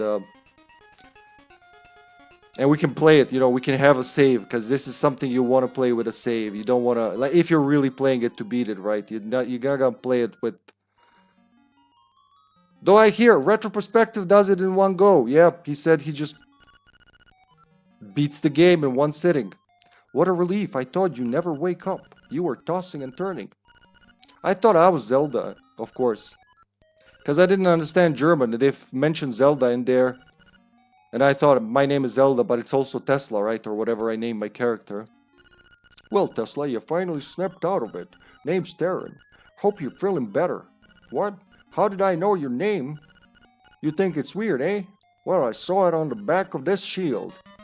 I guess I have my name inscribed on my shield. You got your shield back. You can use it to flip enemies. Because that's what I'm going to use it for. So right off the bat, I like this presentation. Going from screen to screen. The rooms are very well defined. You know, that no surprises here. Except for maybe, you know, some secret areas and rooms. But, you know,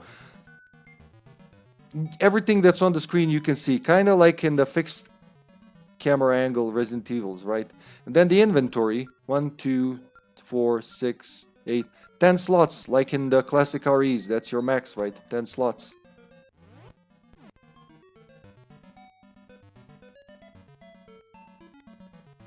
A lot of shit is going around the island.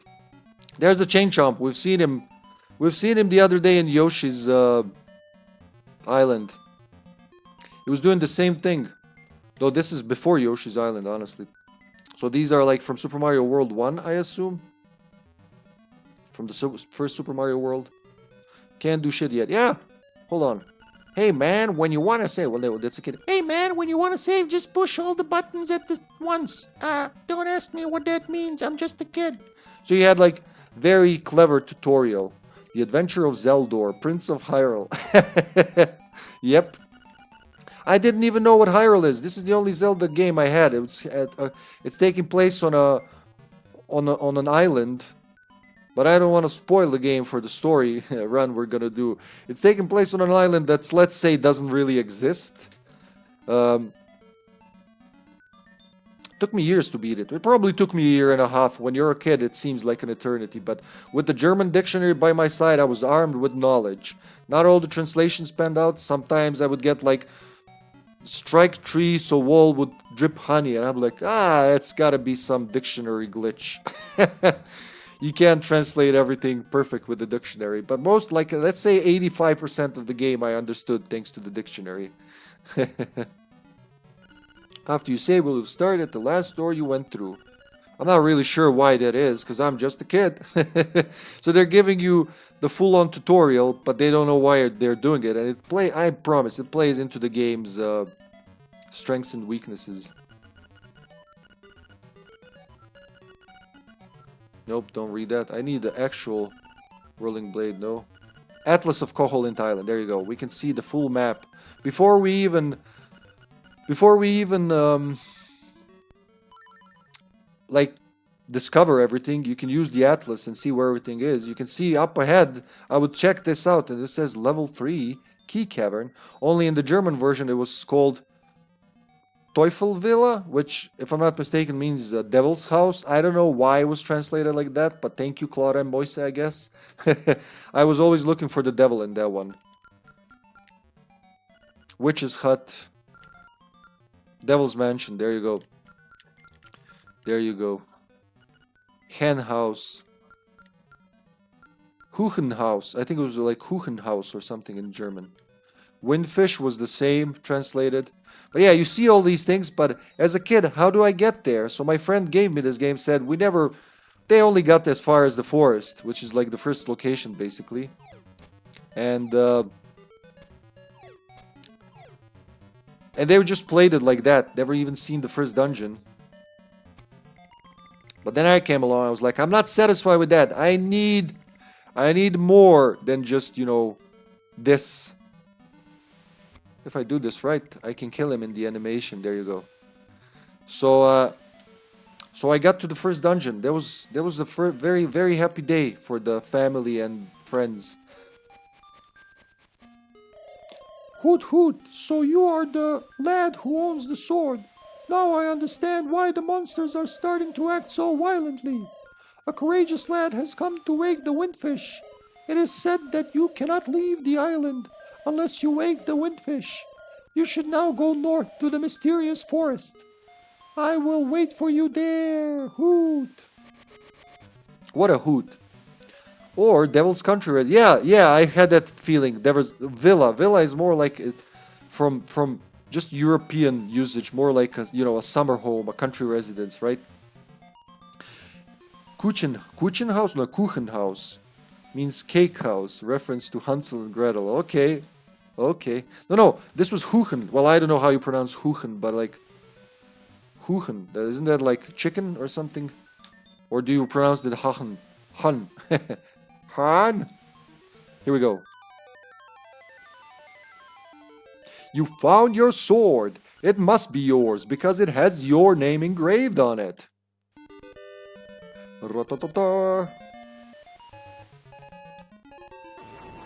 And I was so hyped as a kid. It was like, wow, cool music. Look at that. Fucking, I have a sword and I have great backing music. The world is my oyster. And it really was. Because it's a beach. It's full of oysters and shit. Yeah. Huchen. So, how do you pronounce that? Huchen? You can walk around with the shield up and be ready for danger. Hiya! Die, evildoers! Zelda is on the task, or Tesla, or whatever my name is.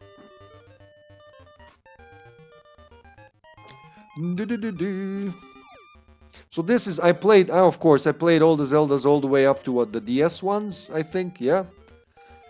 But this is the Zelda format for me, right? This top-down, so Link's Awakening and 2 Game Boy Color games, Oracle games, these are the Zelda. This is what when I think Zelda, I think this. Sale's House of Bananas. I'm Sale. This is my house. Actually, my hobby is collecting rare and unusual canned food. My brother is an artist, so I guess strange hobbies run in the family. They're all giving you like nods, little hints for later, for side questing.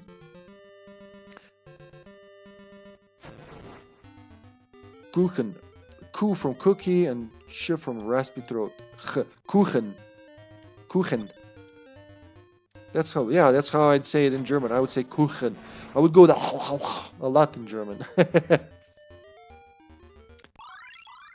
You've got a guardian acorn. It will reduce the damage you take by half. And then this music follows you. So this is pretty cool. This only appears in this Zelda of all of them. But honestly, the music can get a little too much for a longer period. Because it's not going to stop until you go into a door or get hurt 3 times. So that's where we're going to go. You don't get hurt. You just get like pricked. The pros in CH is Switzerland. Oh, because they go. Hey man, are you drowning on your own saliva, or are you trying to tell me something in German? I can never tell. Zelda.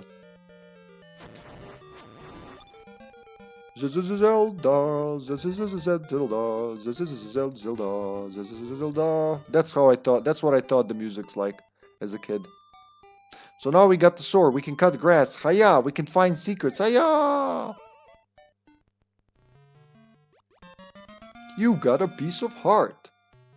So why are there human skeletons at the bottom of the village well?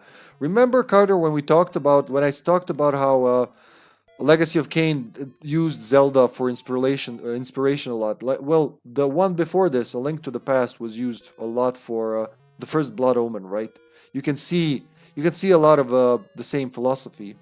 But I talked about fridge humor, which as we play through Zelda games I will talk about. But it's things like this. Why are there not 1, 2 human skeletons inside the dried up village well? What the fuck happened here? You can also talk to you can talk to Marin to hear her sing. That's right. Marin and Terran appear here, and then afterwards, from Ocarina onwards, we have Malon and Talon all the time. But they originated as Marin and Terran, right? Makeup, jewels, dresses, I want it all. Sigh, and some new accessories would be nice. Another human skeleton in that doggy's house. Let's not think about it. Well, to each their own, Carter, you know. I can't, it's hard to choose between the two. It's like, how do I say it? You like meat, you like potato. They're not the same, but you like them nevertheless. You like them both if you like meat and potatoes, right? Marin's gonna be outside the house now to give us a hint. Now this hint was key in finding out what to do next. Which is where the dictionary helped a lot, right? Hi, Darren went to the forest to look for toadstools, but I'd rather sing. That's her voice. Listen to this, it's called The Ballad of the Windfish. Here we go. Ah!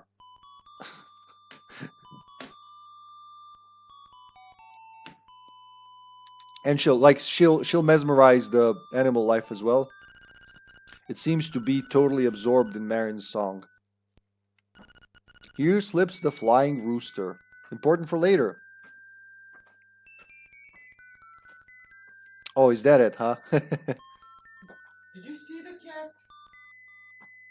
Sleeping on my games? Yeah, she had to.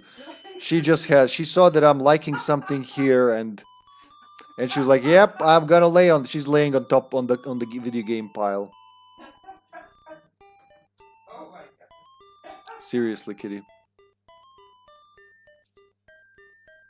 What else was there? There's a fishing pond. Again, it's one of those games. If I start playing it and I get into it, mysterious forest. It's a little bit mysterious. Here we go. This is gangster music in Zelda. Well, not yet. Funny enough, they made a new vocal song for commercials of the remake. It's very... Oh, I didn't know that. Still don't have a Switch, but one day, man, one day. I'm really interested in the remake of that and Metroid 2. Hoot! Ho, brave lad! On your quest to wake the dreamer! Welcome to the mysterious wood! Much of the mystery you will find on this uncharted Koholint Island. Why is he Mickey Mouse? I'm afraid you may find it a trifle difficult to leave the island while the windfish naps. By the by, have you ever visited the Tail Cave, which is south of the village? Go there with the key you find in this forest.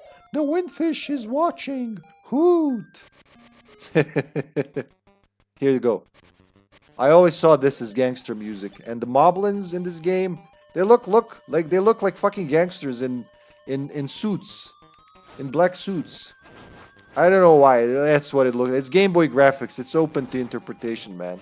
It's what 80 pixels across, something like that. I forgot. What's 144 pixels? I think Game Boy resolution. There he is. There he is. As a raccoon, my nose is very sensitive to stuff like dust and powder. Now that's a hint. Again, dictionary helped a lot because... Oh, you're going to be lost thanks to me. So in German, that didn't mean anything. Look where we are in the forest. We're up there. This is the northernmost part where we've arrived. You hear that noise? I was like, that's very curious. You hear that noise every time you pass this guy that screams something in German. Then I opened up a map and I was like, holy fuck, why am I in a place that I never went to? Go away, what is that? Some little microfly is microaggressing me. Alright. So I realized he's teleporting me. And then I started consulting that dictionary, like I said, the thing I talked about earlier. Push him in the holes, yep. And I was like, there's some shit fuckery going on here. What you need to do is you need to find these special mushrooms. No, it wasn't a mushroom. It was, I think, a potion you get. It's been a while. You got a piece of power. You can feel the energy flowing through you. Now I need enemies because this is too good to miss. We're moving faster. When we slap someone... when we slap someone... they fly and explode. Alright, go away, sword guy. Like the other upgrade, it takes 3, so 3 times you get hit, it stops. And it'll keep doing that until you switch rooms or, you know, or get hurt 3 times. So there's a chest. That's the chest we need, haha. But we can't get to it. It's right above the raccoon there, right? So yeah, it reminded me a lot of Resident Evil puzzles, map layout, inventory, as we start filling it up, right, with items. It was the first Zelda where you could assign any item to any button. Blood Omen, on the other hand, knows what it is and takes itself as serious as it needs to be. The characters have their emotions under control, but their moral compass is a gaping hole. Even the crazy characters appear sane and take logic decisions. Well, it's a very Shakespearean written game. It's like comparing tomatoes and apples. They're both round and red, but you're not gonna have a good fruit salad with tomatoes. They're both fruit, by the way, I think. So I've heard. Like, watermelons are vegetables. Alright, so that's Link's Awakening. That's enough. Again, I could spend a lot of time in that. You okay, Kitty? So what did I do when I couldn't get through with Zelda? And I needed, let's say, about 2 years to beat this game. Even with the dictionary, figuring some stuff out. There wasn't like... It wasn't really written, you know, it wasn't really... It doesn't hold your hand with some things, right? Now it all makes sense, of course, but back then it was hard. But during that, in the downtime, when I wanted to play something with less... how do I put it? Something less intense. It was this. It was Teenage Mutant Ninja Turtles 2, Back from the Sewers for the Game Boy. Now this is a Game Boy. Why is it so fucking blurry? Now this is... You okay, camera? I think it's the light. It's a... it's a Game Boy game. How good can Turtles on the Game Boy be? Well, they can be pretty good. I dabbled in Turtles 1 and 3 for the Game Boy, never really played them properly, but this one I played up, down, all around, and this is the game that showed me that beating a game on a harder difficulty, you get the full ending. That's how a lot of Konami games were back then. Now Raptor doesn't simply go crazy, he lost the love of his life, but that's what made him crazy and poisoned the Guardians. Yeah. I don't know if this is me. A lot of people had the first one, and I nabbed the first one from the same friend that brought me the Game Boy. And I loved it. I still love it. So hold on a sec. Again. Zip. Can we change... You can't change cartridges on the fly on the Super Game Boy, right? It's been a while. I think you gotta reset the whole console. That's Game Boy Player. That's the newer alternative. So pop the Super Nintendo off, pop it back on, boop. I love how this capture card handles these old games, honestly. I know I said it, but I'll say it again, damn it. The TV thinks it's in NTSC mode, so we're gonna fix that. Doody doody doody. The colors aren't quite there, but we'll try to get them.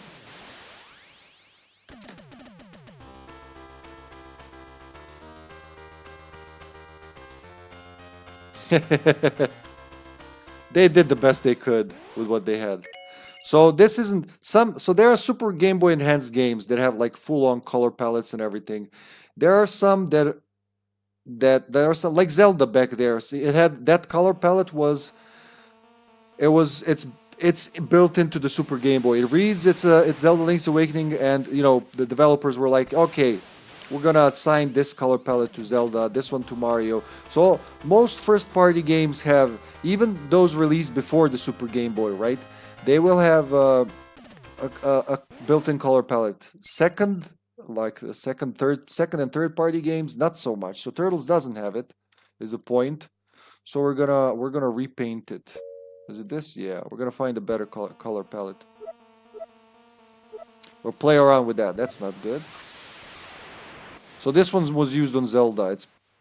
It's not as good on this, huh? I think there's a better one. A better green one. Something like this. Yeah, I would use this. There you go. That's more like it.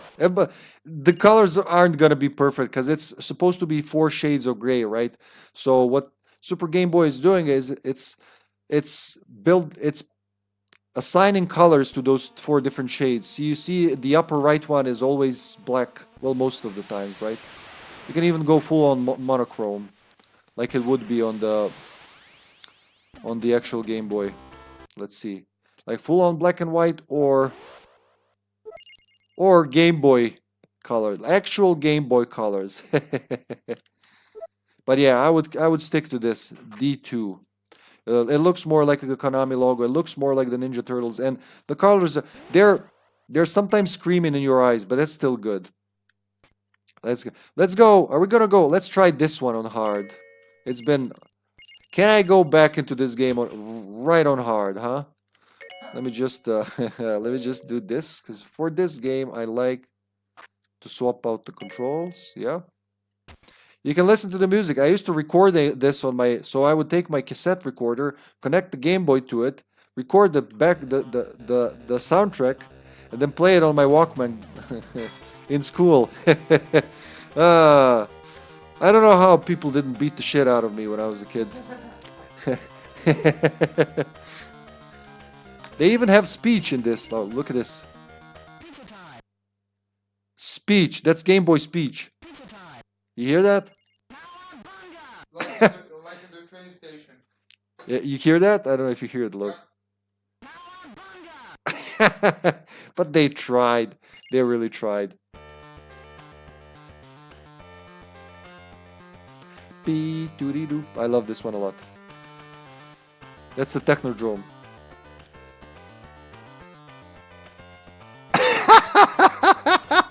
I'm sorry, Carter. That's a really good comment. Not gonna lie. Did not expect that. maybe that's what you missed in your life. Teenage Mutant Ninja Turtles Game Boy soundtrack on your Walkman. That's what would have made your life that much better. Diggy diggy diggy doo diggy diggy dee dee doo doo doo doo dee doo doo doo doo dee doo doo doo doo dee doo better better bum.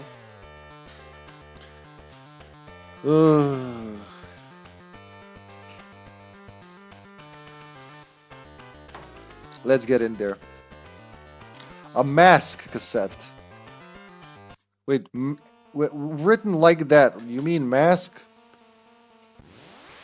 D-mask, or is that like something else? Because that acronym spelling is pretty familiar, honestly.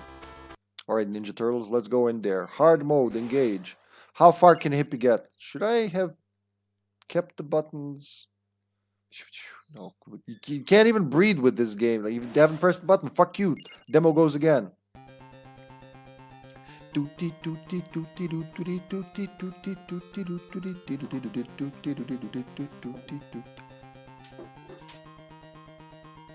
Ah, okay, yeah.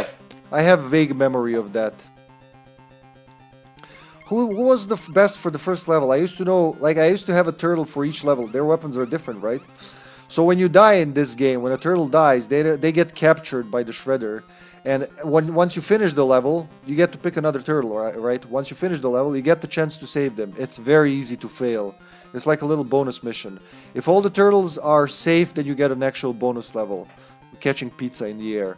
But if one of them, at least one of them's captured, you get the rescue game, which can be a bitch on hard.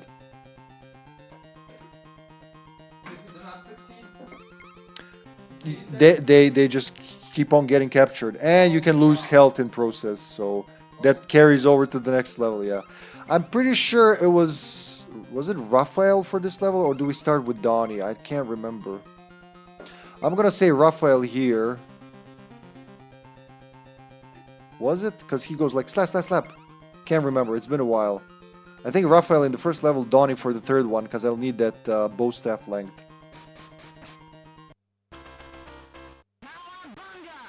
Now on the Game Boy, when this speech goes, the whole screen goes like... it goes a little dark. It drains a lot of batteries.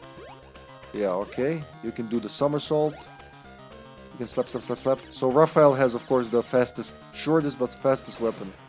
Yeah, no, this is Donnie's level, I'm pretty sure now. Or not. Maybe I did good.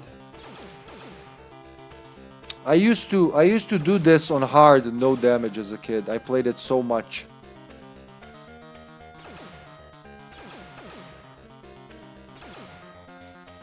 I was late. I fucked it up. So if you do it perfectly, you can actually jump over that last one. If you do it perfectly, just knock him down before he even gets to throw it at you. Almost. So the difference between easy, normal, and hard. On easy, you beat the game at like halfway through, right? You don't get to see the full ending. And it even tells you, like, you little bitch, go play on normal at least. Then you beat it on normal, and it's like, you did good, young turtle warrior, but this isn't the full ending. You're still a little bitch. You're less of a little bitch than you were when you beat it on easy, but you still got a long way to go to not be a bitch, and you achieved that by playing it on hard. Now, when you beat it on hard, you get the full ending, and it's very satisfying, and a different song and everything. You get a full-on fucking ending song. There's the differences in enemies. So this is hard, right? There's enemies are popping everywhere. On normal and easy, there's less and less of them. A lot of them won't spawn. Like on easy, more than half of them won't exist. Pizza guy. Oh fuck, I have to do that. Ah, so I think it goes like this. Too early? Let's go try again. There you go. That's how it goes. Whoop. If you do it perfectly, you can do it no damage.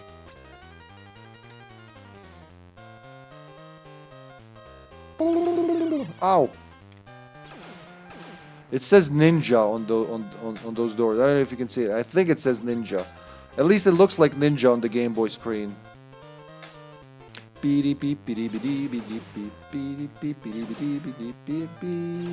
This music, man.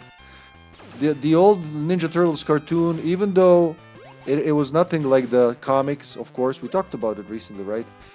It had its own identity. You think it says pizza? I think it says ninja. It could be both. Ninja pizza. Who put the lights out?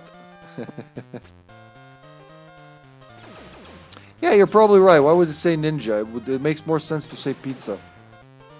Everything's a pizza shop in New York, apparently. But even here, even in this game, I like the architecture, honestly. I enjoy it. Say drugs, say no, say yes, yes, pizza. Say drugs, say no, say yes, say pizza. The old Ninja Turtles cartoon had a lot of well, how do you say that in English? Rockabilly music, rockabilly, hillbilly. It had a lot of rockabilly music. Whee! And it's like with two buttons on the Game Boy. There's a difference if you jump like this, like this. If you jump, just jump and move, or you jump with the somersault. You do different commands, right? You learn that, and now it's like riding a bike. Originally, I couldn't play this on easy. I would die very often.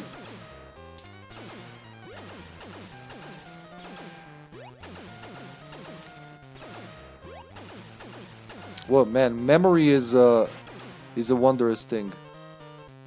Yeah, there you go. That graffiti says pizza. Pizza. Can't go back though, so better be careful, because there's extra health down here. Oh yeah, we have this. Yeah, both buttons at the same time. You do the slide attack. Wee-ya! Wee-ya! Koya! Zoop!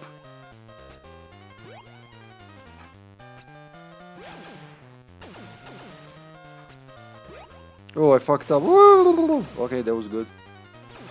You get the points matter, right? Because you need points to get more continues. Was it continue? I think it's more continues. There's the foot.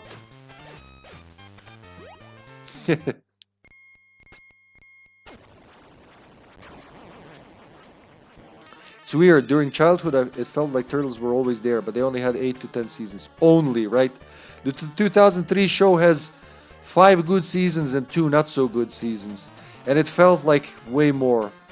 Sasha and I started watching the 2003 one recently. We're already near the end of season 4, and 4 and 5 were the best, honestly, in those. They were really gritty and serious. while being still available for kids in a way. I don't know how they passed some of the things censorship, but they did. Hiya! Kaboom!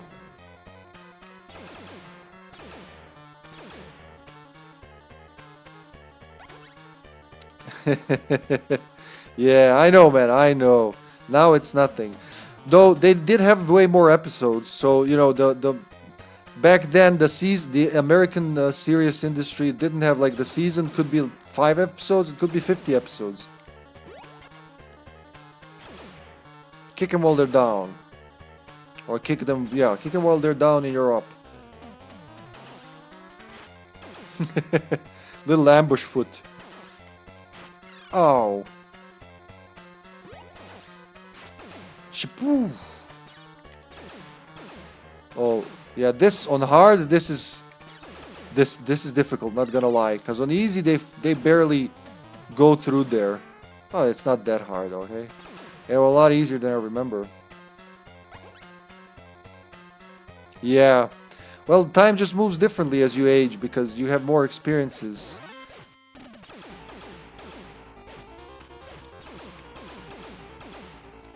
I was so proud as a kid when I did this no damage for the first time, this bit on hard.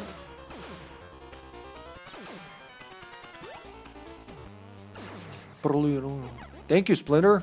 I mean, Master Splinter. It says TMNT now. Definitely says TMNT. Pizza TMNT. That's what it says. It's got stereo sound, though. You notice that? It blew my mind as a kid because the Game Boy says dot matrix with stereo sound. I understood the stereo sound part, but there's only one little speaker. How do you get stereo sound? How? You plug in the headset, or you play on the Super Game Boy on a stereo TV. There you go.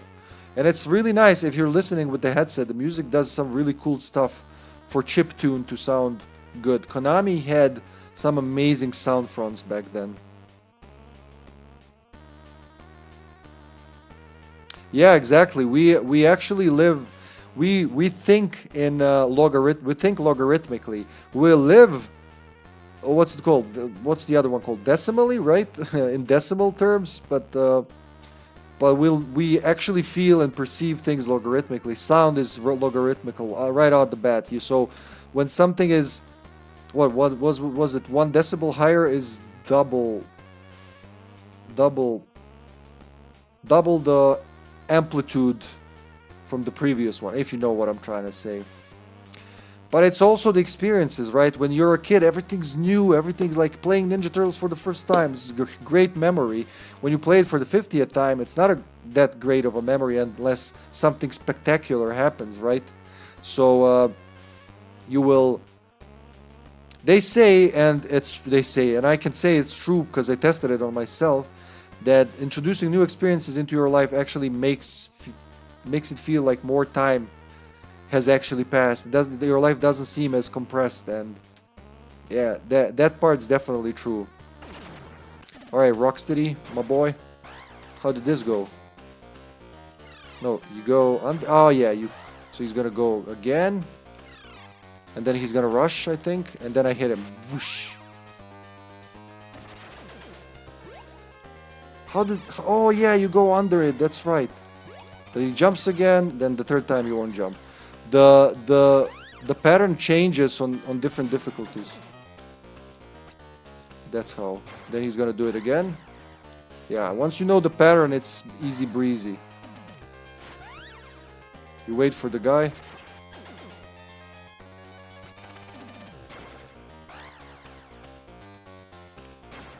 I think I can hit him anytime after any of these. Too early, that's okay. Yeah, you can hit him like for any of these. So of course, again, when you have practice in this, you can just do it like a shopping list.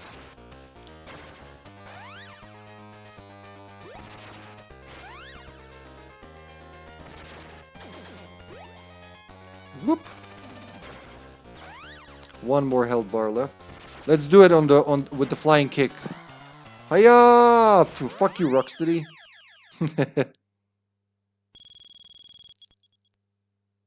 It is. It depends a lot on your perspective, doesn't it? How you see life.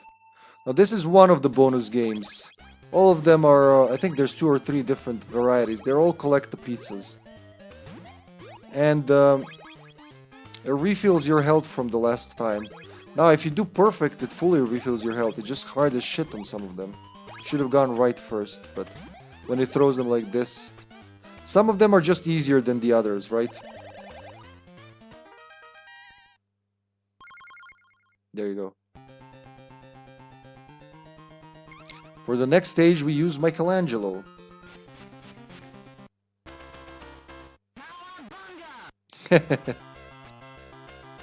Dooby dooby doo dooby. This is totally Mikey's stage, right? Dooby dooby dooby dooby dooby dooby dee doo doo dee doo. Oh, not this guy. Oh shit, you can't touch him. Alright, now I remember.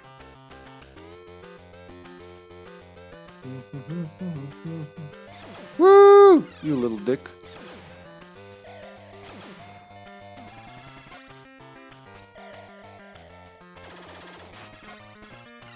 Oh, okay, but I guess hitting my head also hurts him. Dooby doob dee dee boo dee boo dee boo dee boo dee boo dee dee boo dee boo dooby. Ah, you little shit. Not today, sir. Dooby dooby dooby dooby doob dooby. What feel good music, huh?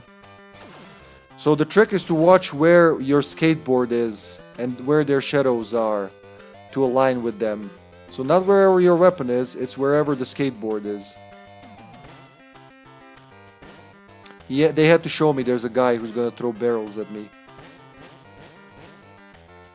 Now, some roadkill Rodneys should appear. Whoa!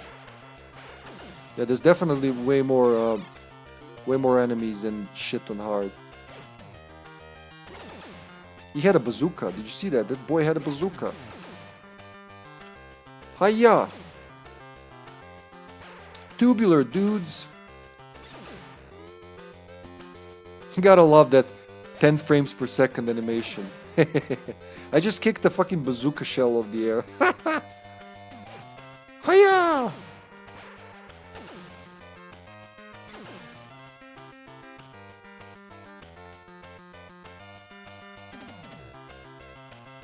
Who's next? Who's the next box? Was it Bebop? I think it's Bebop. Oh no, it's yeah, it is Bebop. Oh man, he's got quite a reach.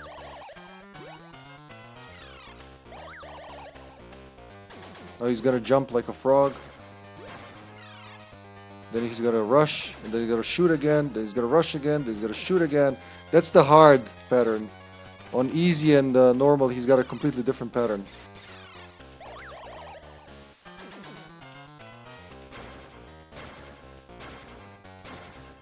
Oh shit, son.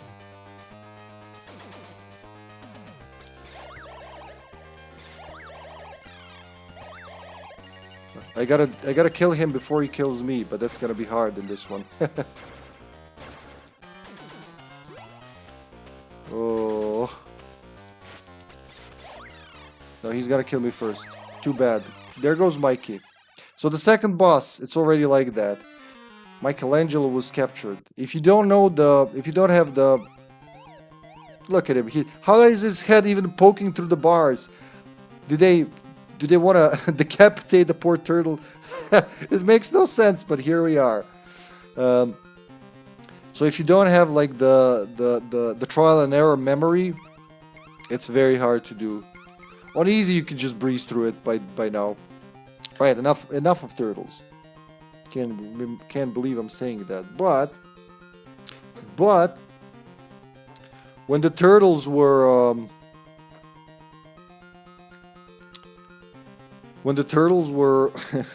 when I had enough of turtles, my friend, the same friend, brought me another game that changed my view on platformers forever. And this was after Crash, so I played Crash Bandicoot first, and then I played Donkey Kong Land.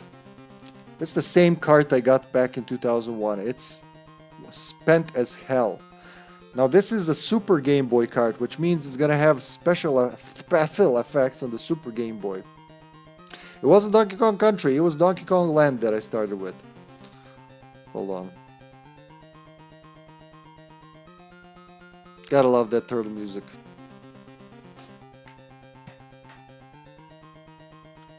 Sorry, turtles. It's time for the Donkey Boy.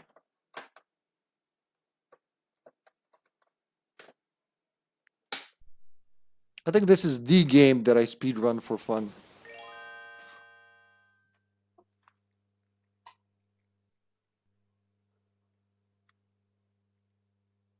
TV is a little cooked up again. There you go. Nintendo presents a rare production.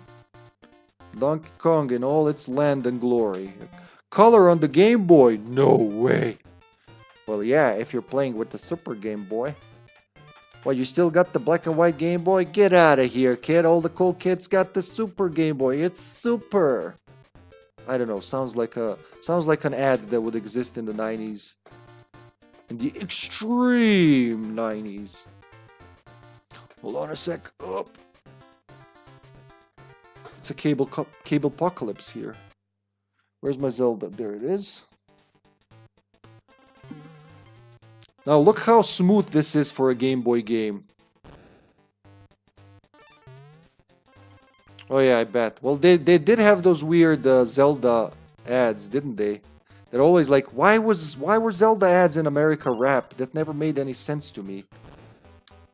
That's the last thing I think when I think Zelda. Rap is like at the very bottom of the list of things I think. But for some reason, both Link's Awakening and A Link to the Past, if I'm not mistaken, had rap commercials in the US. It's a pretty smooth game for the Game Boy, right? Well, it looks even better on the actual Game Boy, not gonna lie. So here's the thing: the Game Boy games in any region run at 60 frames per second, right? And since this is a PAL Super Nintendo, it runs at 50 frames per second. Same thing with the resolution squished.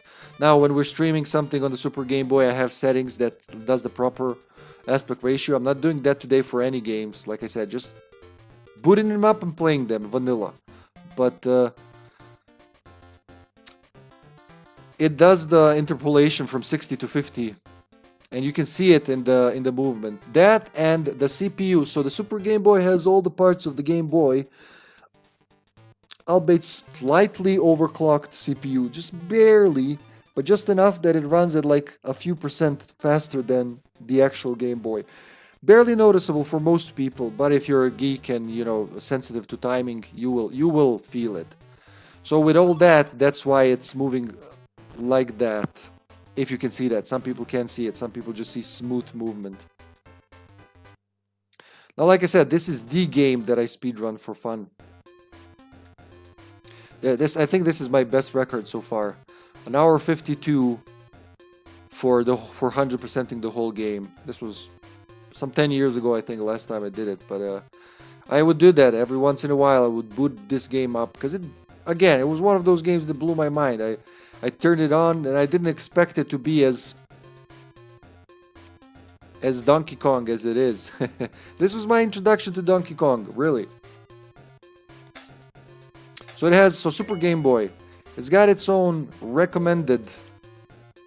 So you can try all the different palettes, right? Like the actual Game Boy, where is it? There you go. But any Super Game Boy enhanced game has its own color palette swapper, where the developers have, programmed different color palettes for sometimes more shades. Like the title screen had full color there, right? Depending from screen to screen. And the border, of course. I didn't even touch on that. No, not here. Nope, that's not what I wanted. But that's also cool. Where is it? It's not painting, it's this. There you go, that's the border. So yeah, you have the default one, right? The Game Boy. You have the Super Game. Let me get in there. This music is just looping.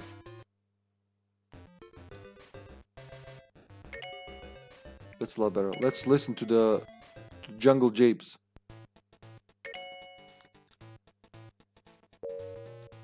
Then you have the no border. Then you have the abstract 80s art border. Some of them have animated stuff, like this one. If you leave it on, if you play a game for a while on it, a cat will appear and start playing around the screen. Then we have the sandpaper. No, the cat's over there. Yeah, the cat's on the other one. This one's really drab, honestly.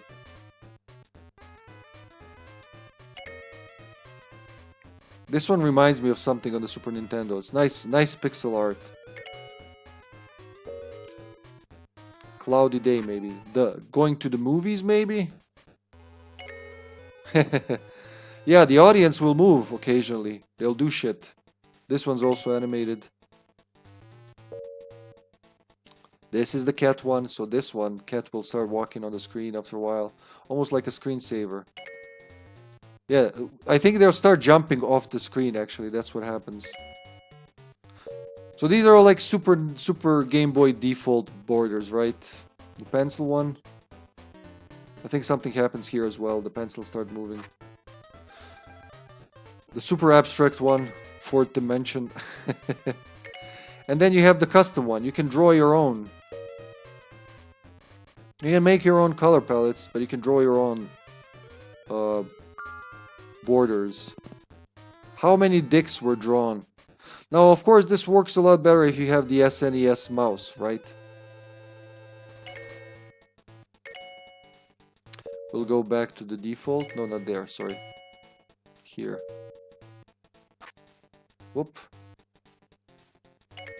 But yeah, I remember this too well. Just these notes striking in my head just take me back. A very competent game for the Game Boy. Straight onto him.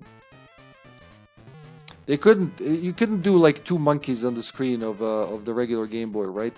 With all this shit around, it's already very busy screen for such a small screen. And they had to, you know, take account into a 1-to-1 square ratio of the Game Boy. So what did they do? They made it super scrolling.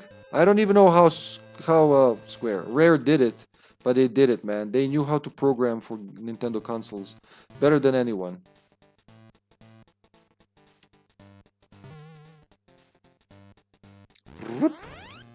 Going up. A little bonus area.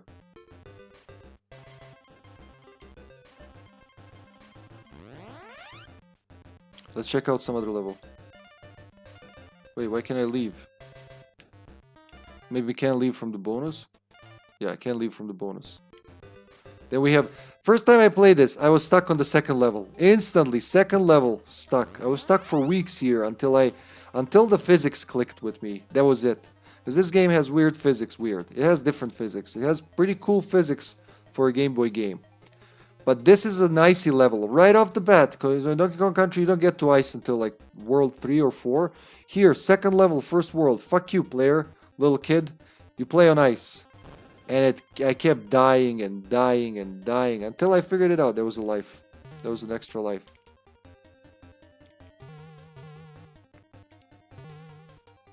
It's hard to see shit when you get out of the view as well, right? The screen is very limited, so you have much less time to react to shit, you know? Secret bananas.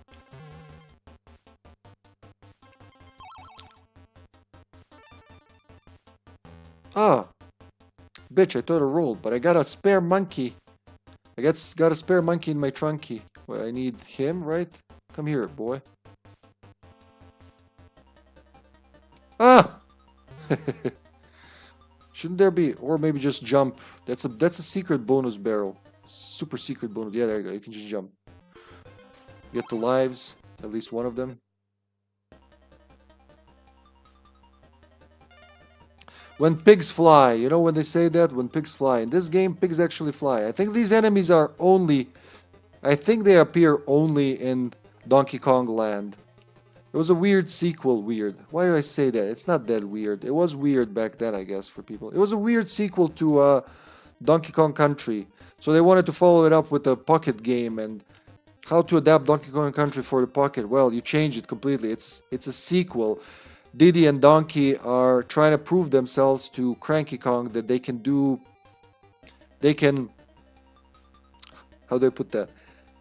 They can have their own magnificent, excellent game they can complete in 8-bit. Because their game was 16-bit and Cranky was like, that's not fair. I had to deal with 8-bit systems. So they gave him a game for an 8-bit system.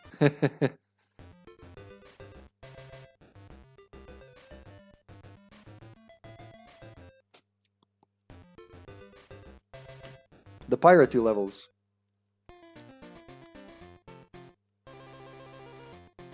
It's the remix of the final boss theme. Oh shit, wrong button, never mind. Remix of the final boss theme from Donkey Kong from Donkey Kong Country 1. Skip half the level. Whee! And straight to the checkpoint. There you go. That's how you do it.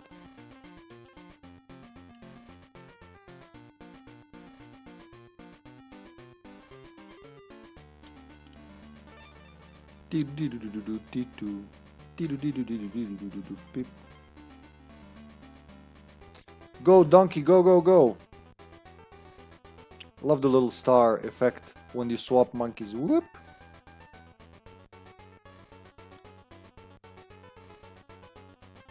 Oh shit. Oh, okay, that was lucky. I should have been hit there.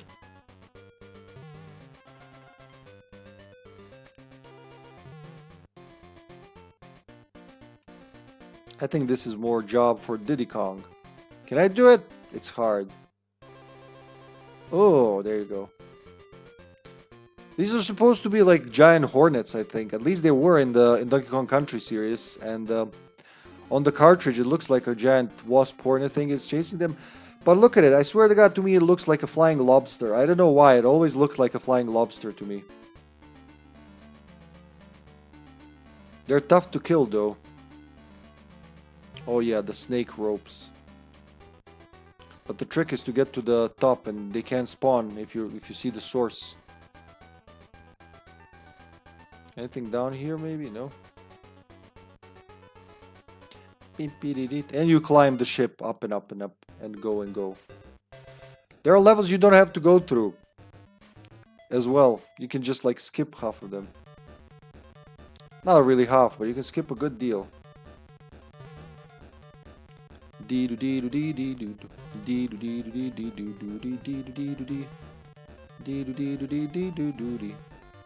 Man, I still remember the timing. Oh, come back here. I just said I remember it. Don't finish it though, because it'll save over my record. World 2. You just swap into the... suddenly we're in Aztec world. Everything's jumbled in this one. But it's still very well made.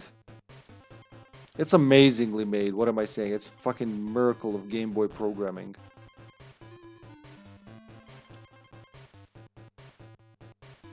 Whoop! I think if I save this one, I can unlock a... Oh, never mind. Because sometimes you save explosive barrels, you can unlock secret rooms. You touch one of these walls, it explodes. Unlocks a secret. How do you save in Donkey Kong Land? You actually have to collect the Kong. You have to collect K-O-N-G letters in the level. Only if you do that at the end of the level, it'll give you a save prompt. Otherwise, just don't get to save.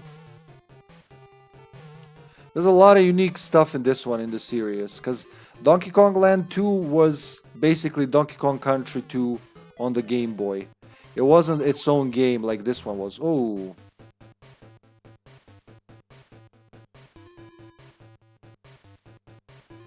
This is gonna be fun.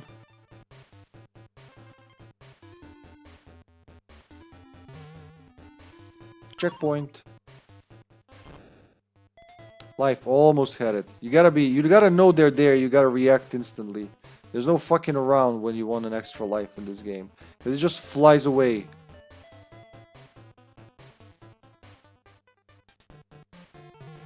K-O-N, and we're close to G. Then we had the underwater levels from Donkey Kong Country. Some of them are almost the same. Some of them are completely different. Again, the physics, the water physics in this game are amazing for a pocket game, really. Let's be the smaller monkey. The hitboxes are also, once you know that shit, it's a lot easier to avoid damage. Or like death. In this game, there's no damage. You just have fucking death instantly.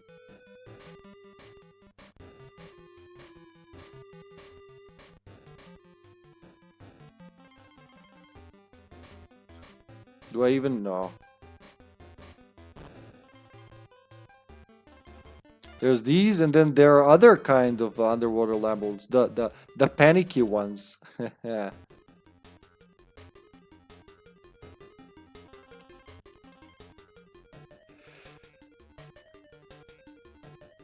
This music sings to me.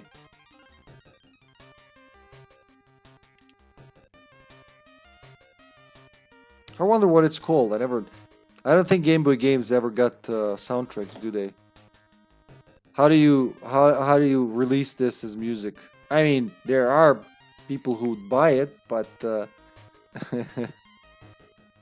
though I do know some NES and SNES games had soundtracks in Japan. I don't think we got video game soundtracks until PlayStation era. What is it? 6th gen? 5th gen? Because the NES was the 3rd generation. That's how I remember my video game console generations.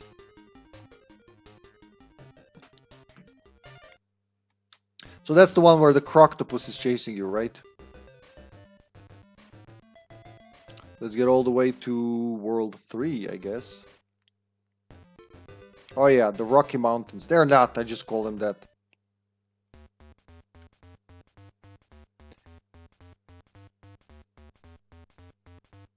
Yep, this is another game whose soundtrack I would record. Because you can just pause, play the music, and enjoy that.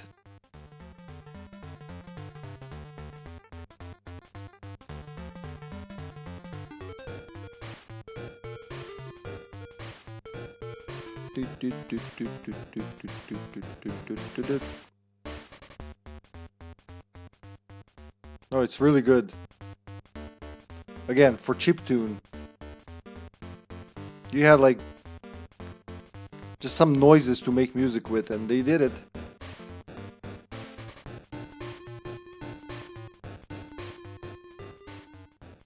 It was truly a different time.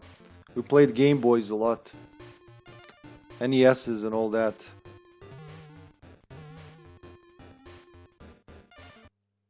This one also has cool music.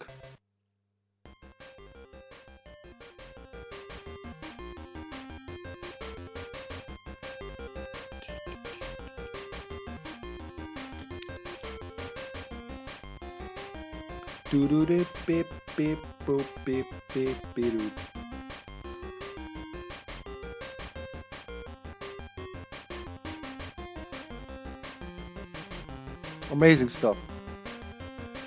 Riveting shit. These levels were pretty hard to see on the actual Game Boy. If your battery is low, good luck. See how it's all like mushed and smushed? Everything's brown. Even on the Super Game Boy, it's hard to see shit in these levels. Oh, that's just extra monkey. So what was there was a trick here. What was it? Yeah, use the naughty to jump over him. So these levels are, again, this level type is exclusive to Donkey Kong Land 1. As far as I know, they don't appear anywhere else in any other country or land. Wait, there was a snake over there. There's gotta be some bonus. Oh, yep, a token. And tokens, you use them in a special bonus game. Again, unique to this game.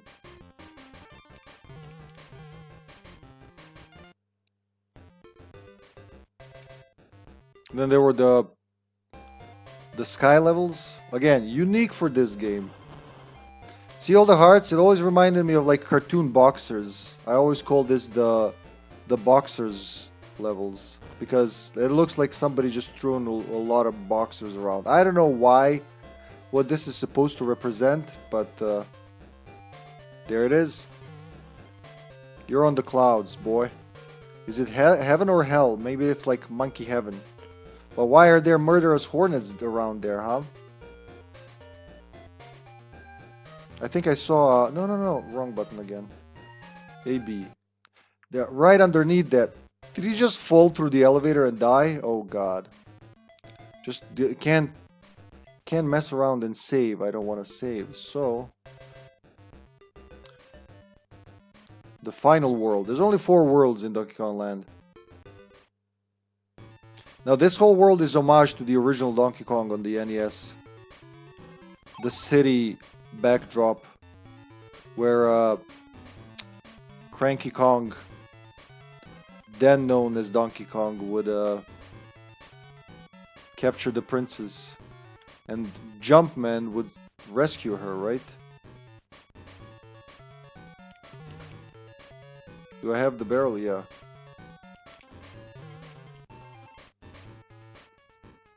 Doo-doot. Doo-doot.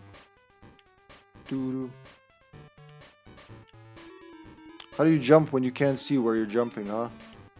From memory. Boing. Hey, they even tried to paint the perspective. See how the balloons go smaller when they go down and they go bigger, like they're going like up and down.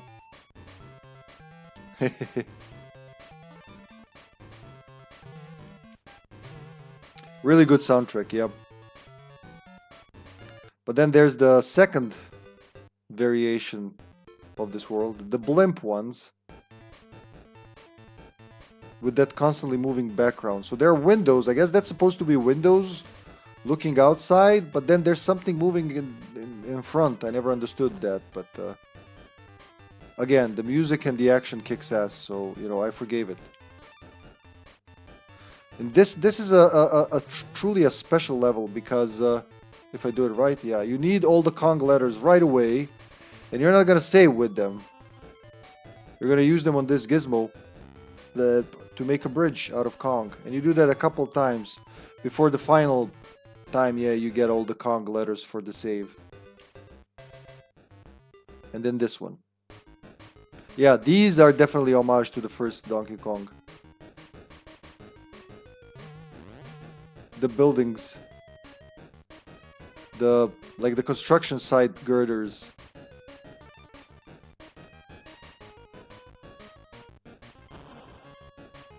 Ooh, snakes. Snakes! Snakes and chains. There are little chains in the background that are differently shaded, so we would understand they're actually behind us. It's trying to give us some sense of depth with all its Game Boy glory. Oh, not this guy. So this guy can only be killed by a donkey, right? Yep. Diddy will just bounce off of him.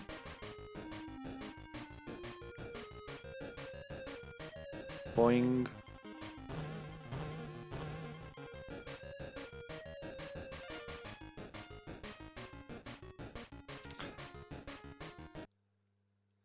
Oh boy, but yeah, with enough of Donkey Kong. We're gonna stick around here all night on Donkey Kong, are we? Hold on a sec. Time to swap Donkey for something different.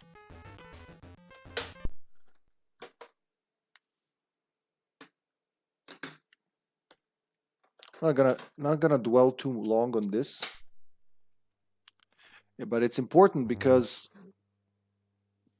oh, it didn't load the cart well. Hold on.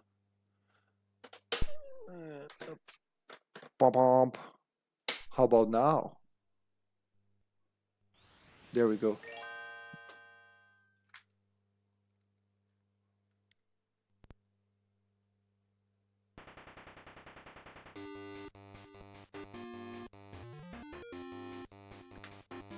Mega Man.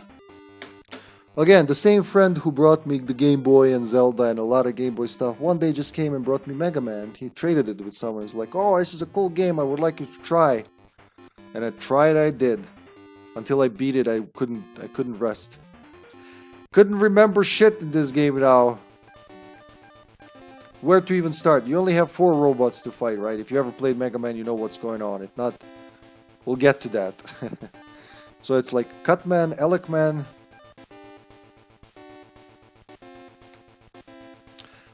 Yeah, that's the thing with Game Boy, with carts in general, but Game Boy carts are special because, so they actually, you can't see it here, but because the camera focuses on my face, but yeah, it's hard to, it focuses here, so I can't do this, but it settles. How do I put it? Because the context fit in together, right? And if some of them are a little crooked or something, it's like a habit. I don't know how else I would explain it. Both the Game Boy and the cartridge deform together in the same place. So if you put that cart into another Game Boy, or if you put a different cart into your Game Boy, things like that will happen. It's actually, I think with Game Boy, I've seen it happen the most. Let's go with fucking... just because of the music.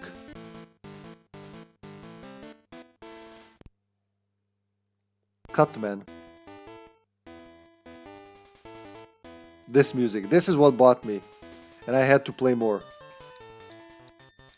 But Mega Man, it was always cool with music. And, yeah, it was called Rockman in Japan, wasn't it? It's fucking stereo.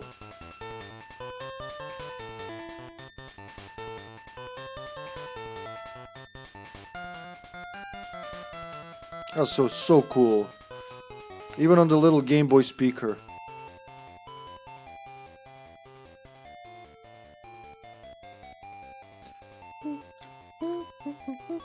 Let's see how far can I get. Shoot, jump. Jump and shoot, man. Oh shit. Yeah, this is no Ninja Turtles. Ooh, my god, it hurts. Yeah, this is a lot of trial and error.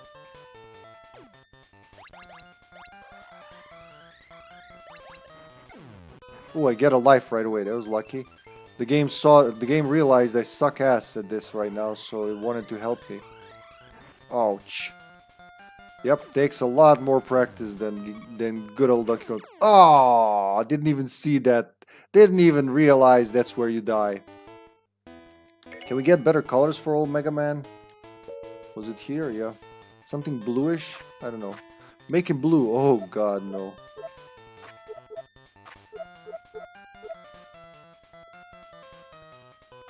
I never found a good palette for this game, honestly. How about this? This looks... This is our Mega Man. There you go. Pinky Man. God damn it. Yep, not an easy game. I was so happy when I beat it. Learn to dodge all the shit. You gotta act fast. Can I even shoot up? Nope. Jump and shoot man can only jump and shoot straight.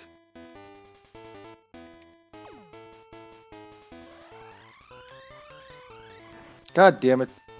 Can I even dodge that? Try not to die this time. There's a life up there you can use. Can you even jump over that? Nope. Just don't let it respawn. As soon as you scroll off the screen, they respawn. Ah, there you go. That was one of the first challenges. Ah. Can you avoid? Nope.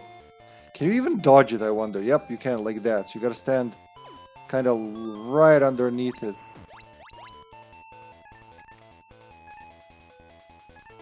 Alright, Pink Man. Ah! Disintegrated. But, here's what I do remember from this game. So, I don't know, a lot of people, some people don't know, actually, that Game Boy games, all of them, as far as I know, have a built-in reset. You press A, B, select, and start at the same time. And you reset, as far as I know, any Game Boy game, except Link's Awakening, which opens the save menu with that. So, let's see, if I remember correctly, this was for the final boss. No? We'll find it. It looks like a dick. I remember that much. In what order, though? You've mistaken the password. Fuck you. Go back. Maybe it was here. There it is. It is a dick. It is a wiener. It's a willy for Dr. Wily. Are you ready for the eyebrow waggle?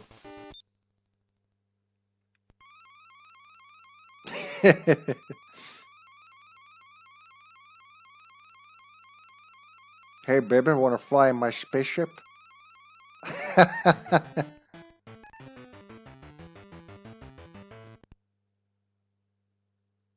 Why would you teleport in front just to teleport inside? Just fucking teleport to the guy and kill him. Can't shoot up. I'm supposed to have, yeah, I'm supposed to have all the equipment here. So you have Cutman's weapon, which is like big cutting balls. Alec-man's weapon, which is like thunder going in all directions, I think. Yep. Iceman, which is like, what could it be? Fireman. Plus it has a little shield around you. Fire shield. And then, what's Ka? Oh yeah, the platform thingy, that's right. And that's how you climb. You use the platforms. From the one. I don't know what this is supposed to be, honestly. I honestly don't know, Raito. It's like a lot of Game Boy games when they had to port them. Like Link's Awakening, right? It was pretty weird when it came out. Because it mixed elements from Mario games and other shit. But like I said, we're not going to dwell on this. Because this Mega Man is what brought me to Metroid. And this was my first Metroid. Metroid 2, Return of Samus. Too bad it's so blurry you can't see shit. But gotta get me one of those manual focus cameras. So I got this in exchange from my nephew, the youngest nephew's schoolmate. I don't know what I gave him for this. But I do remember that I gave it to my friend, to my Game Boy friend, who gave me all these games I mentioned. I didn't even play it properly. So like you said, Raito, it wouldn't fit. Actually, let me show. This wouldn't work in my Game Boy for the longest time at all. See how it's a little nicked there? A piece of plastic is missing. It was already deformed, because this was a kid that owned this game, right? Yeah.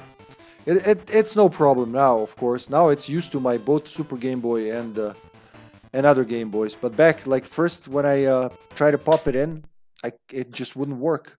So I gave it to my friend in whose Game Boy it did work. He said, man, this is like Mega Man. So since I already loved Mega Man, I was sold. I had to make it work. And I did eventually. Of course. And then a new love was born.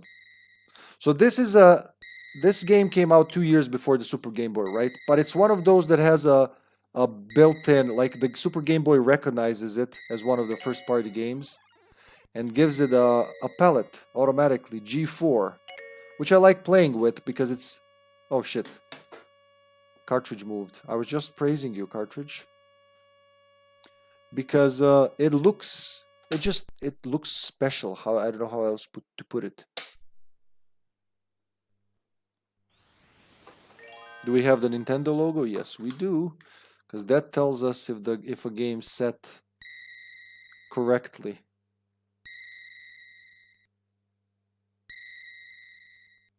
Front AV. Here we go. The sound effects, the everything. But the point is, I like this more than Mega Man. It had more depth. It had more of everything, while also having less of everything, less overwhelming. I don't know how to explain it, but I still love Mega Man, don't get me wrong. Mega Man 2 for the NES is still my favorite, but Metroid opened a whole new chapter. Enjoy some of that music while I go get some water.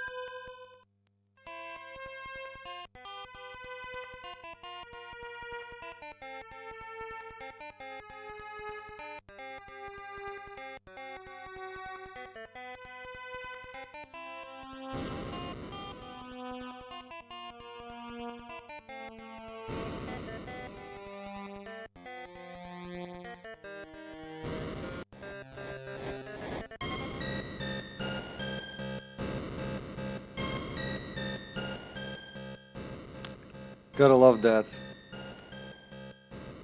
That's the best Alien game I played as a kid, because the Alien 3, was it, game on the Game Boy wasn't as good. I think this one's still at the last boss, yeah, fully upgraded. But we don't want that. It's nice having all the upgrades, the screw attack.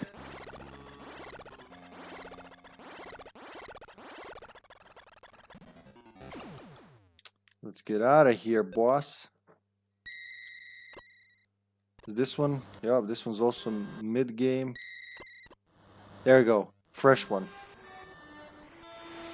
Like, no story, nothing. You just... A robot dude starts next to his spaceship.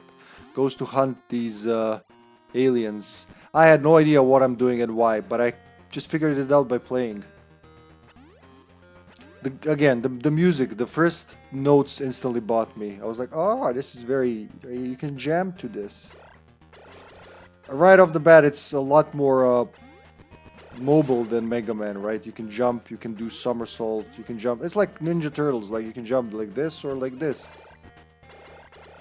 But you can shoot up. I don't know why Mega Man could never shoot up. But Samus can. Proop, proop, proop. No screw attack still. You can shoot down. It's a big deal. And you can morph into a ball. I was like, ah, that's pretty neat. The game doesn't tell you any of this. If you don't have the manual for the Game Boy, you just figure this out by playing.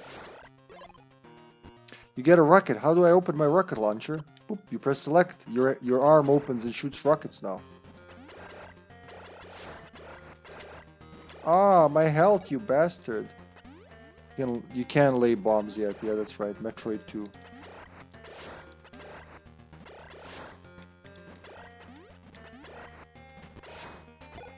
There's some health we lost.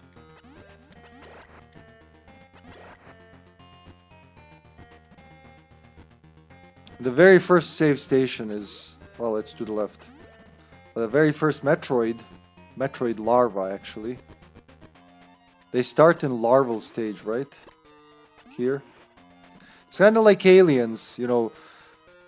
In Alien, Xenomorph visits the crew, right? But in Aliens, the crew goes to their home planet, kinda, right? Kinda. It does. And that's what this feels like. They should have called it Metroids. If I just fall like this, yeah, I can skip all the floors. Also unique wildlife and unique enemies in this game, right? Because this is the Metroid home planet, SR388. A lot of these are cyborg animal thingies. Some of them were guards for an ancient lost civilization. I think that's the Chozos, really. It's been a while since I read the manual. There we go. Metroid hatches. So we see all their development stages, right? This is what Metroid Alpha, was it? They go full on Greek.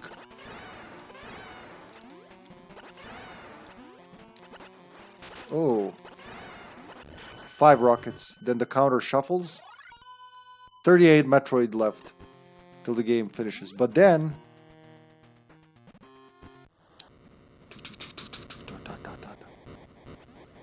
so the landscape of the whole planet is changing in response to like how many Metroids you kill, right? Rocket and health. When you pause, that it says LO4. It means 4 Metroids left until the next level opens, basically. And it's this pool of acid that's slowly sinking as you go through. Can't wait to stream this fully, honestly. A lot of Super Game Boy game, well, a lot of Game Boy games are waiting now that we have both. Well, the capture card really solved it, isn't it? And the Game Boy player for those pesky Game Boy Color and Advance games. But once again, it's time to switch the systems.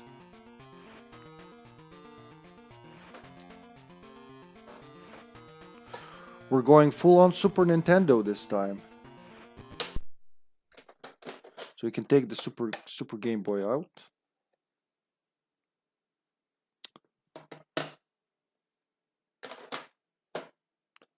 Pring! Prip! Nintendo Presente.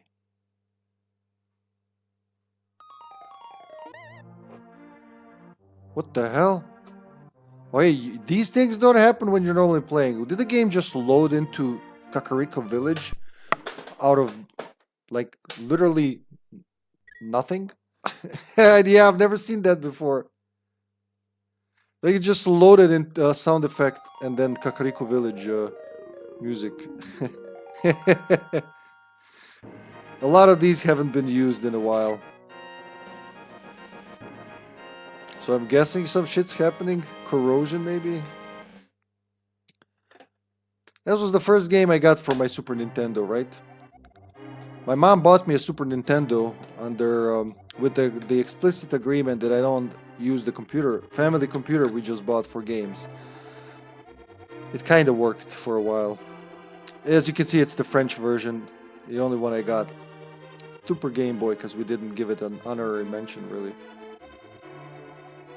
The PAL version. Looks just like the Japanese one, really.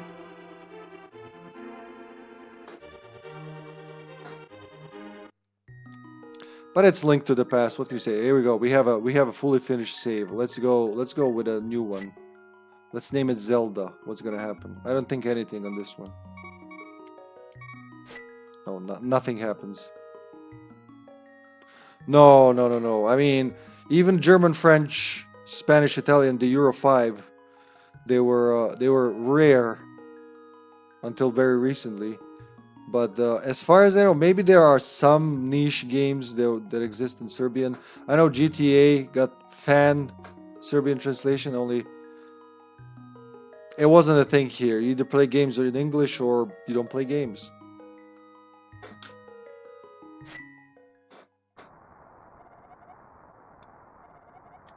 Help me, help me! I am a prisoner of the castle dungeon. My name's Zelda. The sorcerer Gachnim has enslaved the other young girls.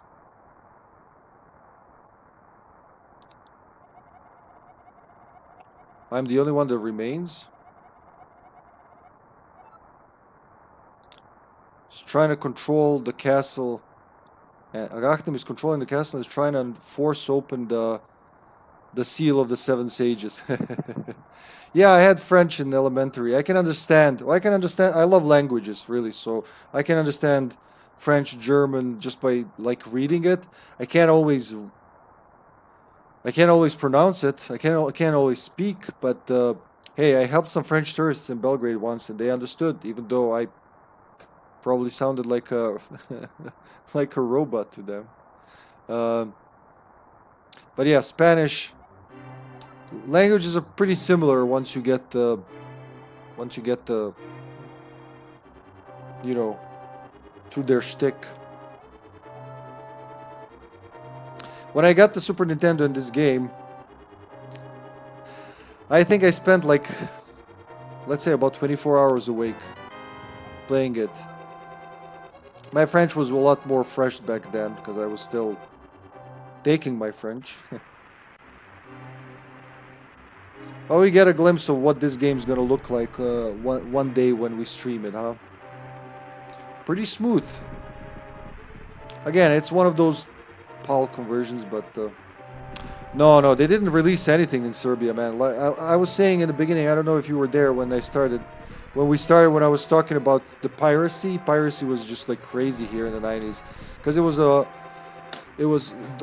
was a war going on. There was like sanctions were put on Yugoslavia back then. Serbia was part of Yugoslavia, so we didn't get Super Nintendo games at all, unless you had an aunt or uncle in Austria, France, Netherlands, Germany.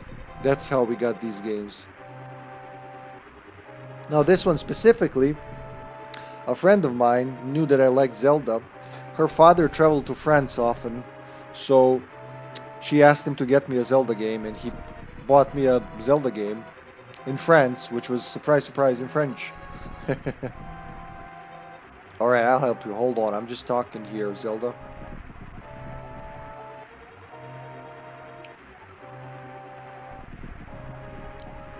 So, secret entrance from the garden. Oh yeah, that's right, that's how you get there. Was here my picture? I will offer 100 rupees to the man who brings me young girls that are descendants of the seven sages. Signed, the king. Very nice effects. They won't let us through to the main gate.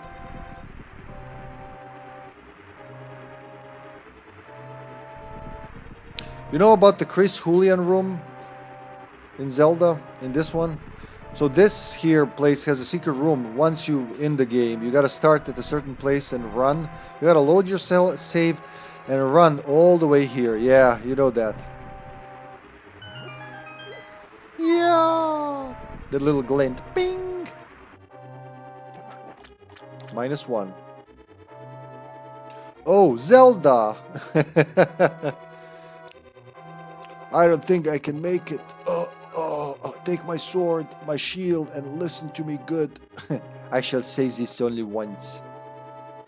And he's teaching us the spin attack technique, alright? You have to save Zelda. She's your...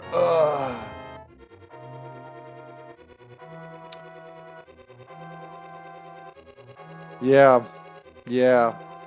Well, it must have been a kick-ass. Imagine being the guy whose name is in the Link to the Past, man. In the back then, brand new Zelda, but even now. So if we didn't take the lantern at home, it would be here. Ah yes, magic power. But instead, we're gonna get 5 rupees. Yeah.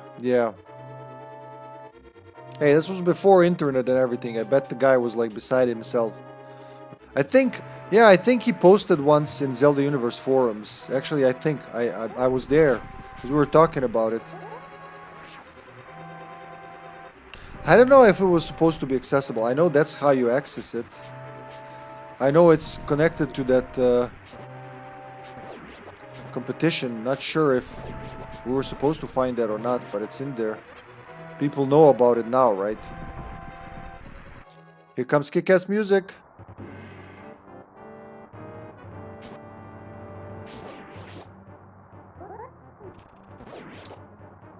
Do do do do do.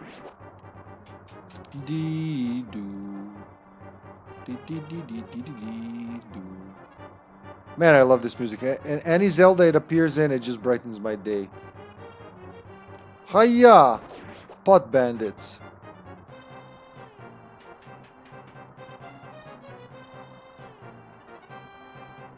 Yeah, I've seen that. I've seen about that. I haven't seen it. I have never tried it, but I know like it's one of those speedrunning techniques, right?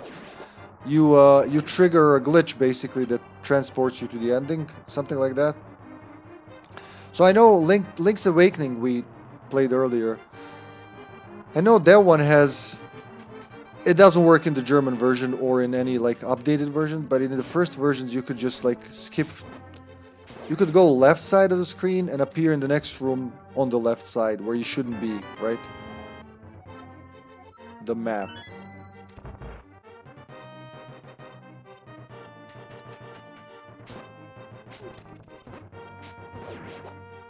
Bloop. Look at the bricks down there, like how the bricks are fading into the darkness. Oh, I pushed him off. And him. Fuck you guys. Beautiful, isn't it? Beautifully drawn. With so few resources. Save while levitating. Reload game, you can get hit. Still have your height so you can get over walls. Ah, very nice. Didn't know about that. Yeah, it is that kind of a glitch. Like in Link's Awakening. Hey, I forgot. Hold on. I forgot to check something. Did that. Ouch.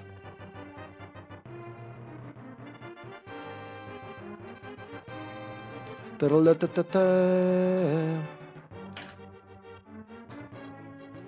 only got the lantern so far.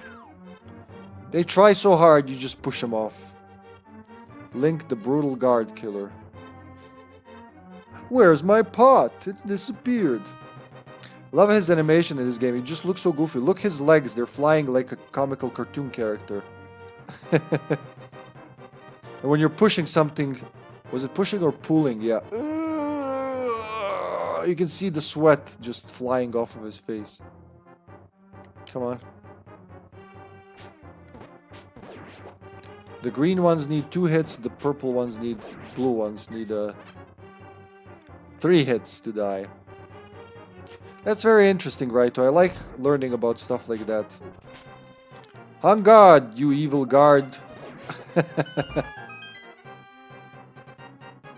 It doesn't say health, it says lives up there.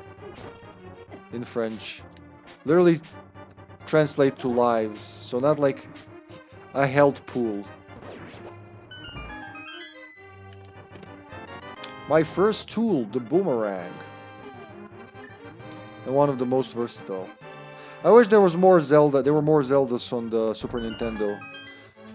To this day, you know, I love Zelda as a whole, but A Link to the Past just holds a special place in my heart because I think it was the pinnacle of 2D Zelda. Minish Cap kind of touched on that, but A Link to the Past all the way, man. Yeah, there is, but officially released in Europe, you know. BS Zelda. We were joking about that yesterday. Hey man, have you played that BS Zelda? It's no BS at all. Gonna need this for the dude. Look, he's got a flail. Whoosh. How many pots can a bad guy take before he stops being a bad guy? Hiya! 2. The answer is 2. Le Grand Clé. Oh, hello, darling. Zelda talking to Zelda. It's so weird when you type your name in Zelda something, and they call you that. Zelda's Lullaby. It has a stronger role in Ocarina, but it's essentially the same melody. Oh yeah, cheers, guys. Oh god, I needed a cold drink. Shit. Didn't realize. I've been yapping my face off. Listen to me well, blah blah blah. Do you understand? We.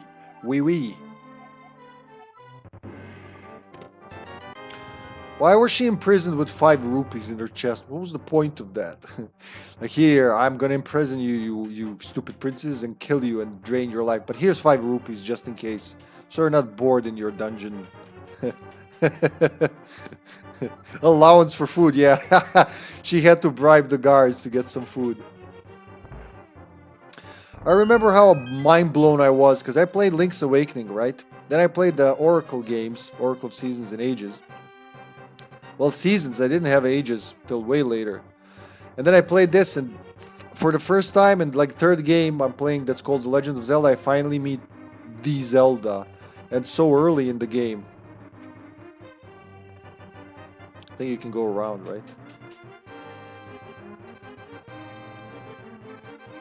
Yeah, you can use it. You can use the look at the layout. This was mind blowing back then. That rooms have multiple levels on them. You can use it to like circumvent enemies and like early Resident Evils. Everything freezes when you go up and down the steps. It's automated. You just touch it, he goes, and the guards will stop. Look at that. Everything stops existing. Aha.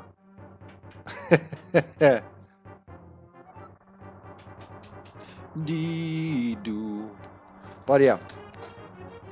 Again, I can't, like, I'm gonna be here all night if I play all of these games seriously. So yeah, that was Link's Awakening. We'll play it. We're gonna get the English version of this game and gonna play it properly one day. But with the Super Nintendo, I got Zelda from a friend, like I said. With the Super Nintendo, I of course got this Super Mario All-Stars. We all did. Now I said, due to logistics reasons, I did not hook up the NES tonight. But we're just gonna sniff sniff through some Super Nintendo Mario remakes. This is the first time I've ever seen a video game remake, and I thought that I had the wrong Nintendo my whole life. If the game actually is this good, I played the worst version. I didn't know what an NES was. Never had that up at this point. Can we work Super Mario?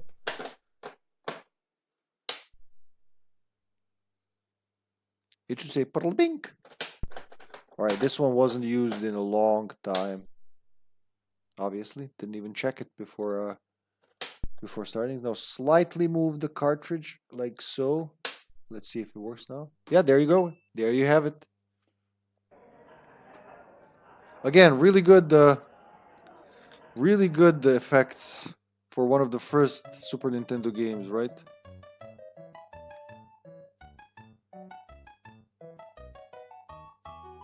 Hold on, I'm just switching my TV. Sometimes it just thinks it's an NTSC game, so it looks weird. I have to change channels.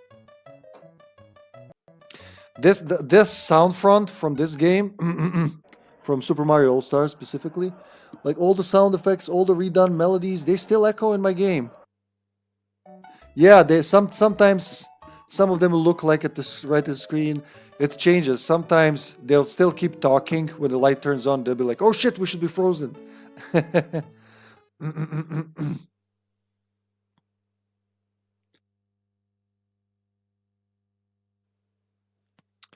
All right, let's check out. We'll take a look at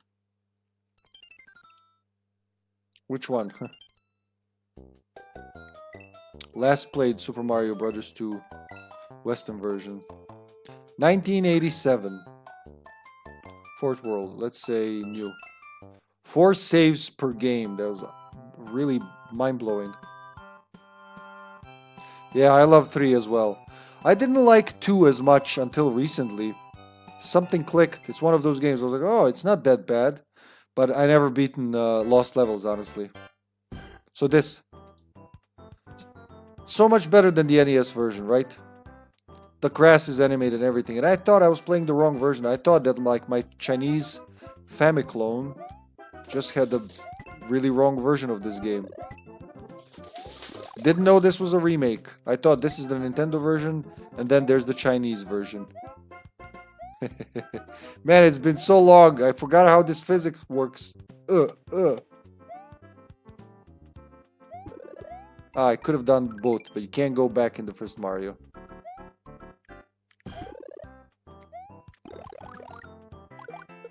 Die from fire. Whoops. So easy to miss them in this one.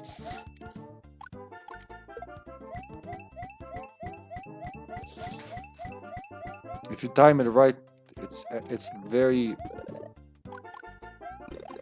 a very pleasant thing. Oh, that would have been a death in World 4. For the 1 coin. Go.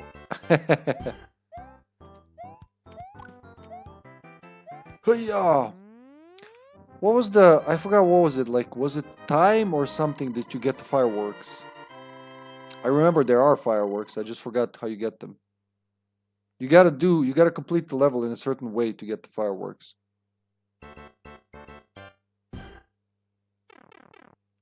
Really, really nice alterations to the original game. Can we jump on both? There you go. 500 points. The reverb effect, you can hear the echo. Oh, time or coins? Time or coins? I did not know that. Somebody mentioned it, but I forgot. Ah. I always thought it's like have a certain up to a certain point, let's say. Man, these coins are now legendary, aren't they? There was something... No, we missed it, right? There was... No, it's here, actually. One thing that's better on the NES, I would say, is the sound for the coins. Like the Crash Bandicoot remake, the coins in Super Mario Brothers remake just sound flat. We don't need that. No, it's here. Yep. Shit you remember, man. My brain is filled with this info that is definitely not critical for my survival, but there it is. Oh shit, I fucked up. There you go. We're gonna get first piranha plants, yep. This music. It just stuck with me, man. Like this first night getting my Super Nintendo and seeing this controller, these colors. I've never had it in my hand before, never played it. I heard about it. I didn't even know what it was. When I got it, I played Zelda and this game, like I said, for 24 hours straight, I didn't get off the console. Bravo to my mom for allowing me to do that. She could have said, you know, go to bed, you little bastard, but she understood how happy I was for this. And this music specifically, I always...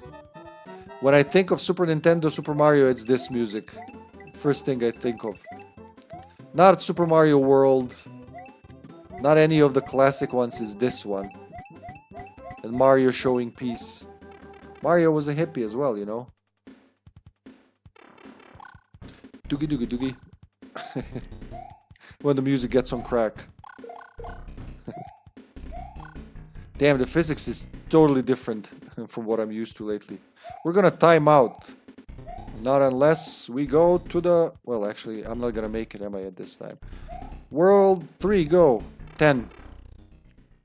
Oh, you go instantly. Alright, there you go. Wow, didn't even time out. It's the snow world. Look at the stars. Look at everything. It's wonderful.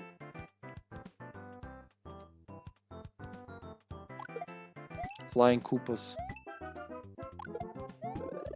It's what is it called? Callisto music, right? Callisto music. This beach music. Calypso or Callisto? Now I don't know what I'm trying to say, but it's one of those. Definitely one of those. Can you get up there? Yep.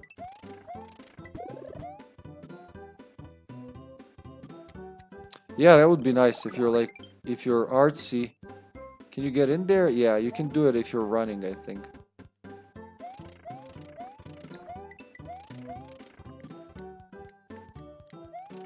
Is there anything else here? Nope. But there's Mario showing the peace sign. These games are still pretty playable, man. Despite old age and everything. They just made them well. They made them tight. You could see the difference between a first-party Nintendo game. Oh, not these jokers. What are they called? Something. Hammer Bros, I think, right?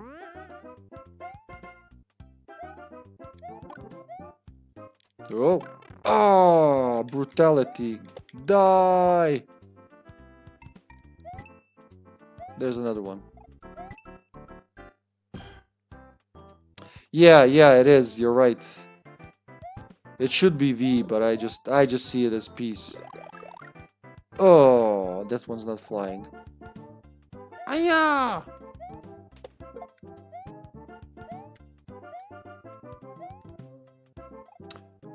My nephews, when they were kids, they taught me how to farm lives on these Koopas on the inclines.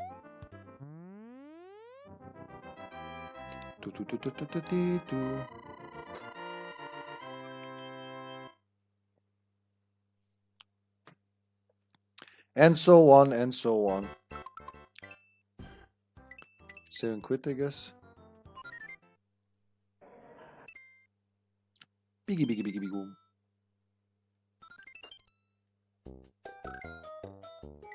How do you delete here? I forgot. Was it the Y button? No, it was X button, I think. One of the buttons deletes the game. B button, maybe?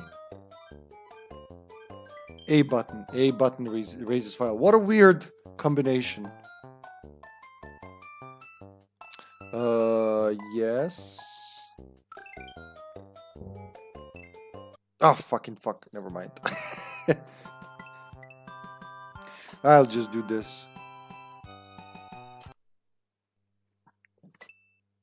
Like I said, X Capture really handles well the resets and all the signal changes that wouldn't go well with the Elgato. It would just cause issues. And many other capture cards, really. So the Lost Level, Super Mario 2, the fucking druggy one, and Super Mario Brothers 3, of course. Let's get in there. This was Sasha and me beating the game a year or two ago, I think. She never played Mario Brothers 3. So I was like, you gotta see this shit. Now this one I also like more the Super Nintendo version because I think that this game is too fucking large to be played in one session on the NES.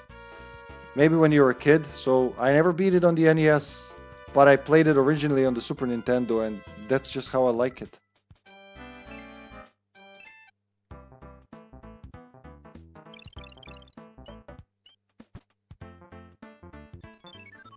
Memories.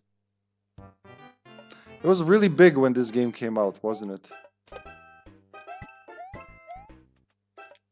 It had a large campaign, at least in the West, you know. It was everything Mario 1 was, but better. Not everybody liked the Mario 2 that we got in the West, so... Some people were overjoyed to play this instead. That's right, we get the... She's supposed to be a raccoon, right? Wait, now Super Mario World is in my... Oh shit, yeah, that's happening. That's happening. It'll be back momentarily.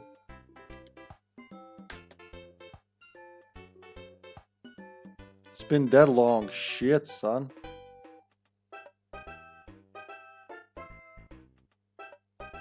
IP has changed. It's been 4 hours. Wow.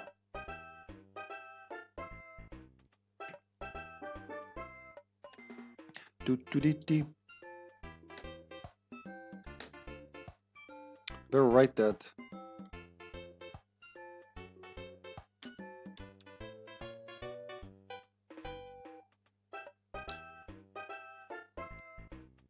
There we go. It's back. Just as I've written that.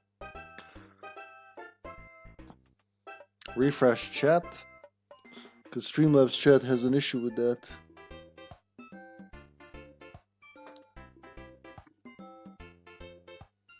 Oh shit. Should be back now, Carter. Can you see me? Hello, I'm here. Can you see me? Welcome to the chat room.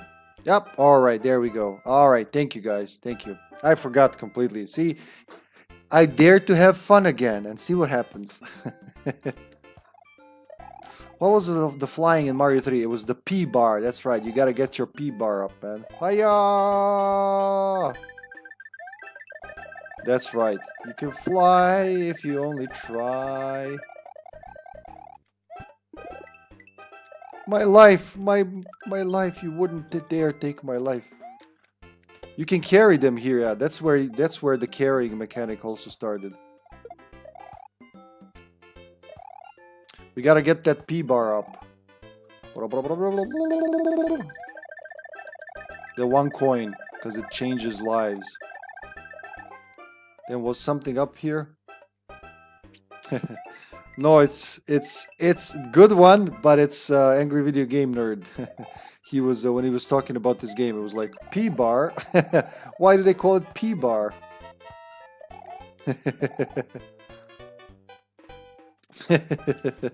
Scott Pilgrim, yeah, that's a good one actually. All right. What's next? Oh yeah, another thing that came with the Super Nintendo. We all know this one. I've streamed it a couple of times, and I'll do it many more times. It's the second. It's Turtles in Time. It's Teenage Mutant Hero Turtle, not Ninja Turtles. Hero Turtles, because this is the European version, right? We didn't like ninjas here back in the 80s. It was like Hero or Zero.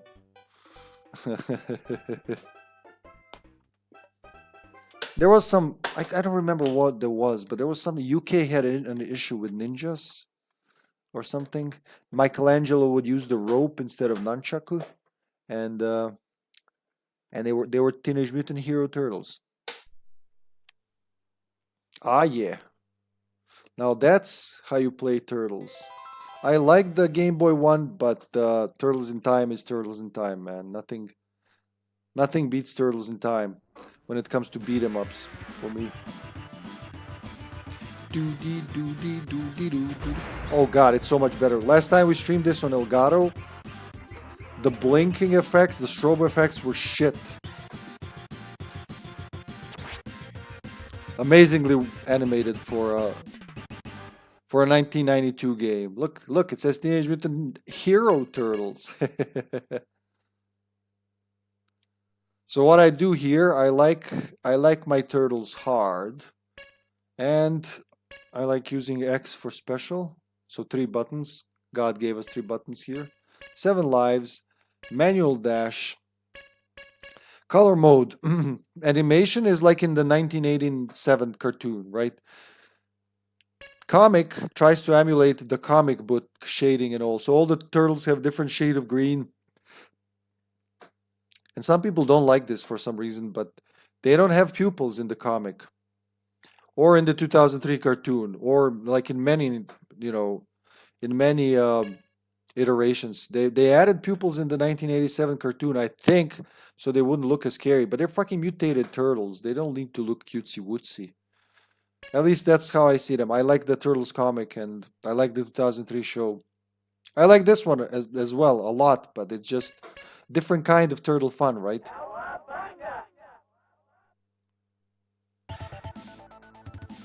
Now here it doesn't... See what I mean? They're all shaded differently. Donatello's the darkest, Raphael's the lightest. Mikey has the fullest color, and they have no pupils. It just looks better, I don't know, than everybody looking the same.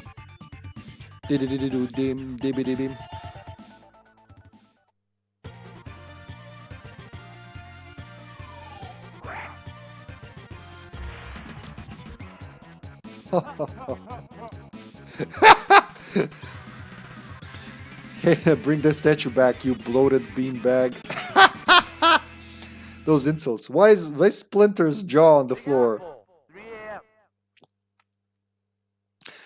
How did it go in English? Who's this Pokemon?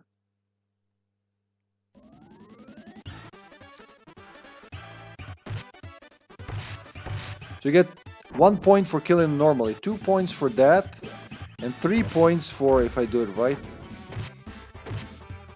for that. Yeah, that's 3 points. Every 200 points you get a continue. So if you want to farm continues, especially on hard, you want to do that or throw them at the screen. One hit, grab him.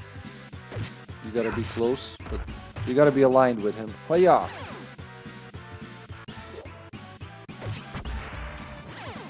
Gotta love those effects. Mode 7, man. It was something else back then. Or you can just kill a turtle with a turtle. I mean, kill a foot soldier with another foot soldier. Hiya!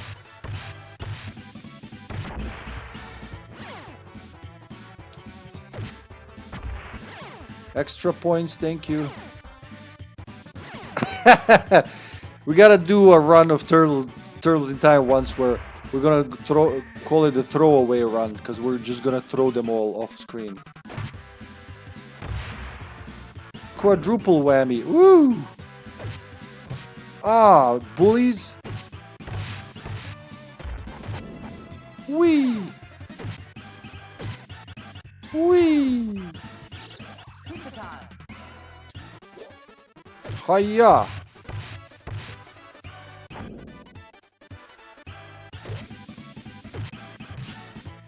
I just want to throw you around, boy. Ah, Krang! Oh, wow, I didn't even see him. Clean the screen. Like, if they're getting out of hand, just clean them up. Yeah, you can do the somersault, that's right. There are like so many moves in this game. It was like forward. Yeah, you can do that. That's like a dodge move. You can do that. Shoulder bash.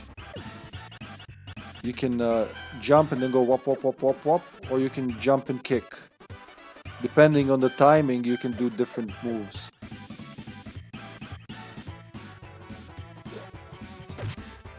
Wee! Wee!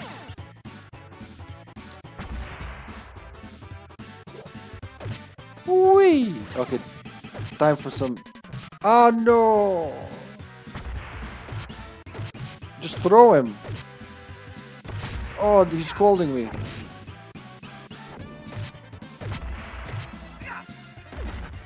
I don't know why he doesn't want to throw them anymore. Sometimes he's just like, nope. There you go.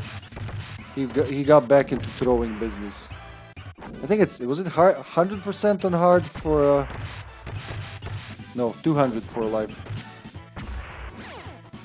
So that's why you try to farm all the 3s whenever you can. It's Stockman time.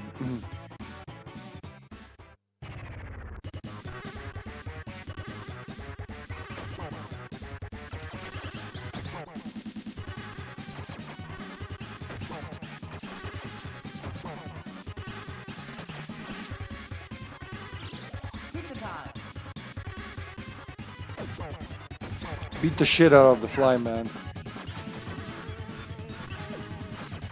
Oh shit, I fucked up.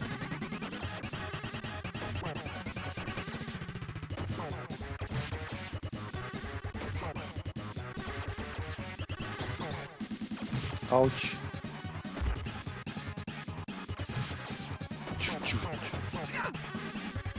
He's going, yeah, he lost 1 health, so he's going into the glue mode.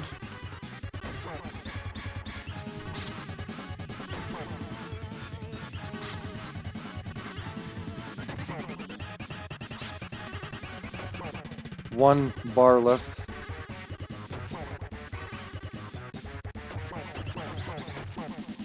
Fuck off, Stockman. So Sash, after seeing the 2003 Baxter Stockman, this one's almost like a joke, isn't it? He's even wilder in the comic. So in the 2003 cartoon, he's pretty toned down. He's even like crazier and more egotistical in the comics. They like having like a second level being in the town. Well, in the Game Boy one, you end up in the town right away, right? In the first level, second part of the first level, or act as they call them.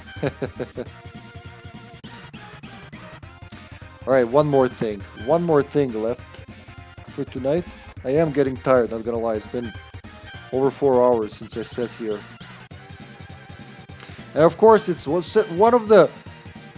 It's not recent, but it felt after these games. I heard there was a Mario game that's like beats all the Mario games. And again, through School Exchange, we've streamed this as Couch Wednesdays already. But I just thought Mario World deserves a fucking mention, doesn't it? April wants us to fight, huh?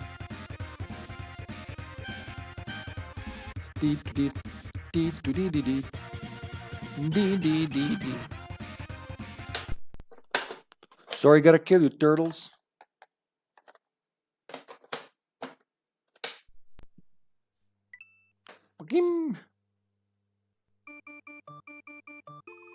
Oh, that's how you Super Mario World properly.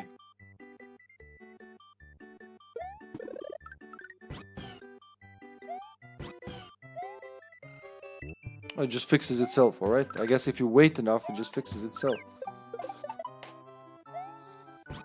What can you say about Super Mario World? It's fucking Super Mario World, man. You either played it or not, I guess. But you can say that for many of these games, but Super Mario World, I don't know, it was everywhere. Even my dad knew what Super Mario World was. He had no interest in video games. It was everywhere. Even here when it came out. Nobody had money for bread, but fucking Super Mario World, gotta get that shit. There were sneakers, Super Mario World themed. There were lunchboxes, everything. It was big, really big. I can only imagine how big it was in, you know, more developed countries. Over here, it was just... It was a myth almost. I saw the posters in the magazines and all that, but it took me quite a while till I got the game. Ah, we have that finished game. Why is this one at 95? I guess because we wanted to see the daylight.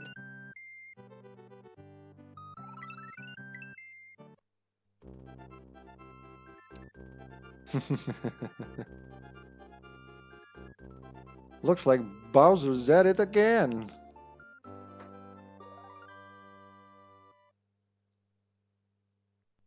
It has a completely different approach than Yoshi's Island. And they're both Super Mario World game themed. Oh, that's beautiful. Look at him. He looks adorable on the Super NES. Yoshi's Island one. We are actually on the Yoshi's Island that will be the main setting of the second Mario World game. Big bullet bills.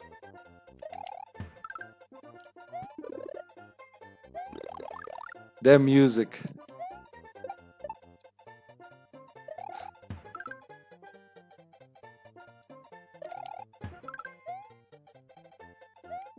It's 5. Yeah, I knew there was something.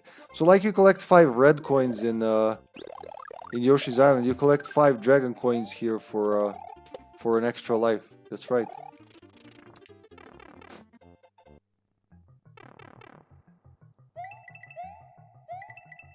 I swear the coins sound better here than in All Stars, huh? You hear that? There's something different. They pop a little more. Tutorial switch. Yeah, you can hold an extra item. That still blows my mind. I don't know if any other Mario used that afterwards. Not the ones that I played, at least.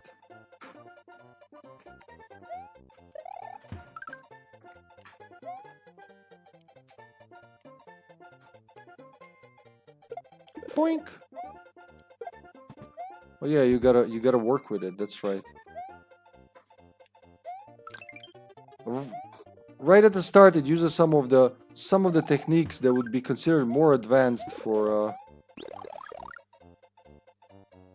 the NES generation, you know, for the 8-bit ones, like JC the Life, like that. They turn into coins when you kill them, that's right. They're immune to that, but like, if you jump on their head in a specific way... Can I do it from here? No, it's like... 20.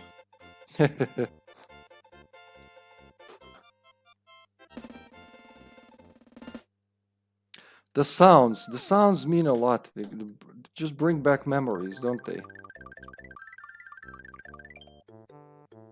Not just the visuals. Well, for me at least, the sounds do more. Just hearing this. Though I did make new memories playing this game with Sasha, honestly, the last few times. She plays a lot better than me. Alright, I'm seriously tired now. Gotta get this. Let's get this. I can't believe we went through all those games. There were 15 games at least. Well, no, it was 14 games.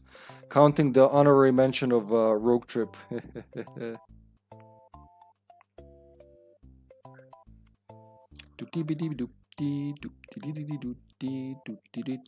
Beep boop.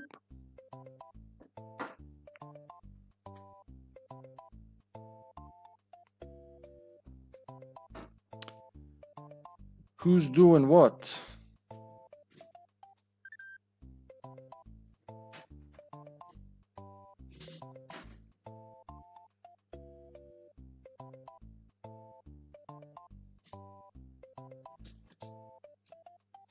There you go, Master Max is playing a retro game. I'm not the bad guy. Marvel superheroes in War of the what? Looks like a Super Nintendo game to me. Let's raid Master Max.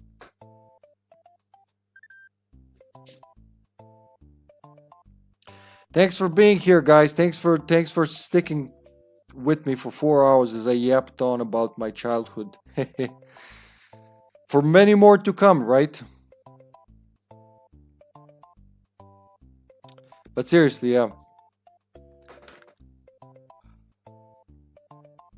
Thanks for steaming. Steam out a little, Bennett. We're back to Outbreak tomorrow. And until then, everyone, be well. Again, thanks for sticking around, guys, and I'll see you in the next one. Bye for now. Bye.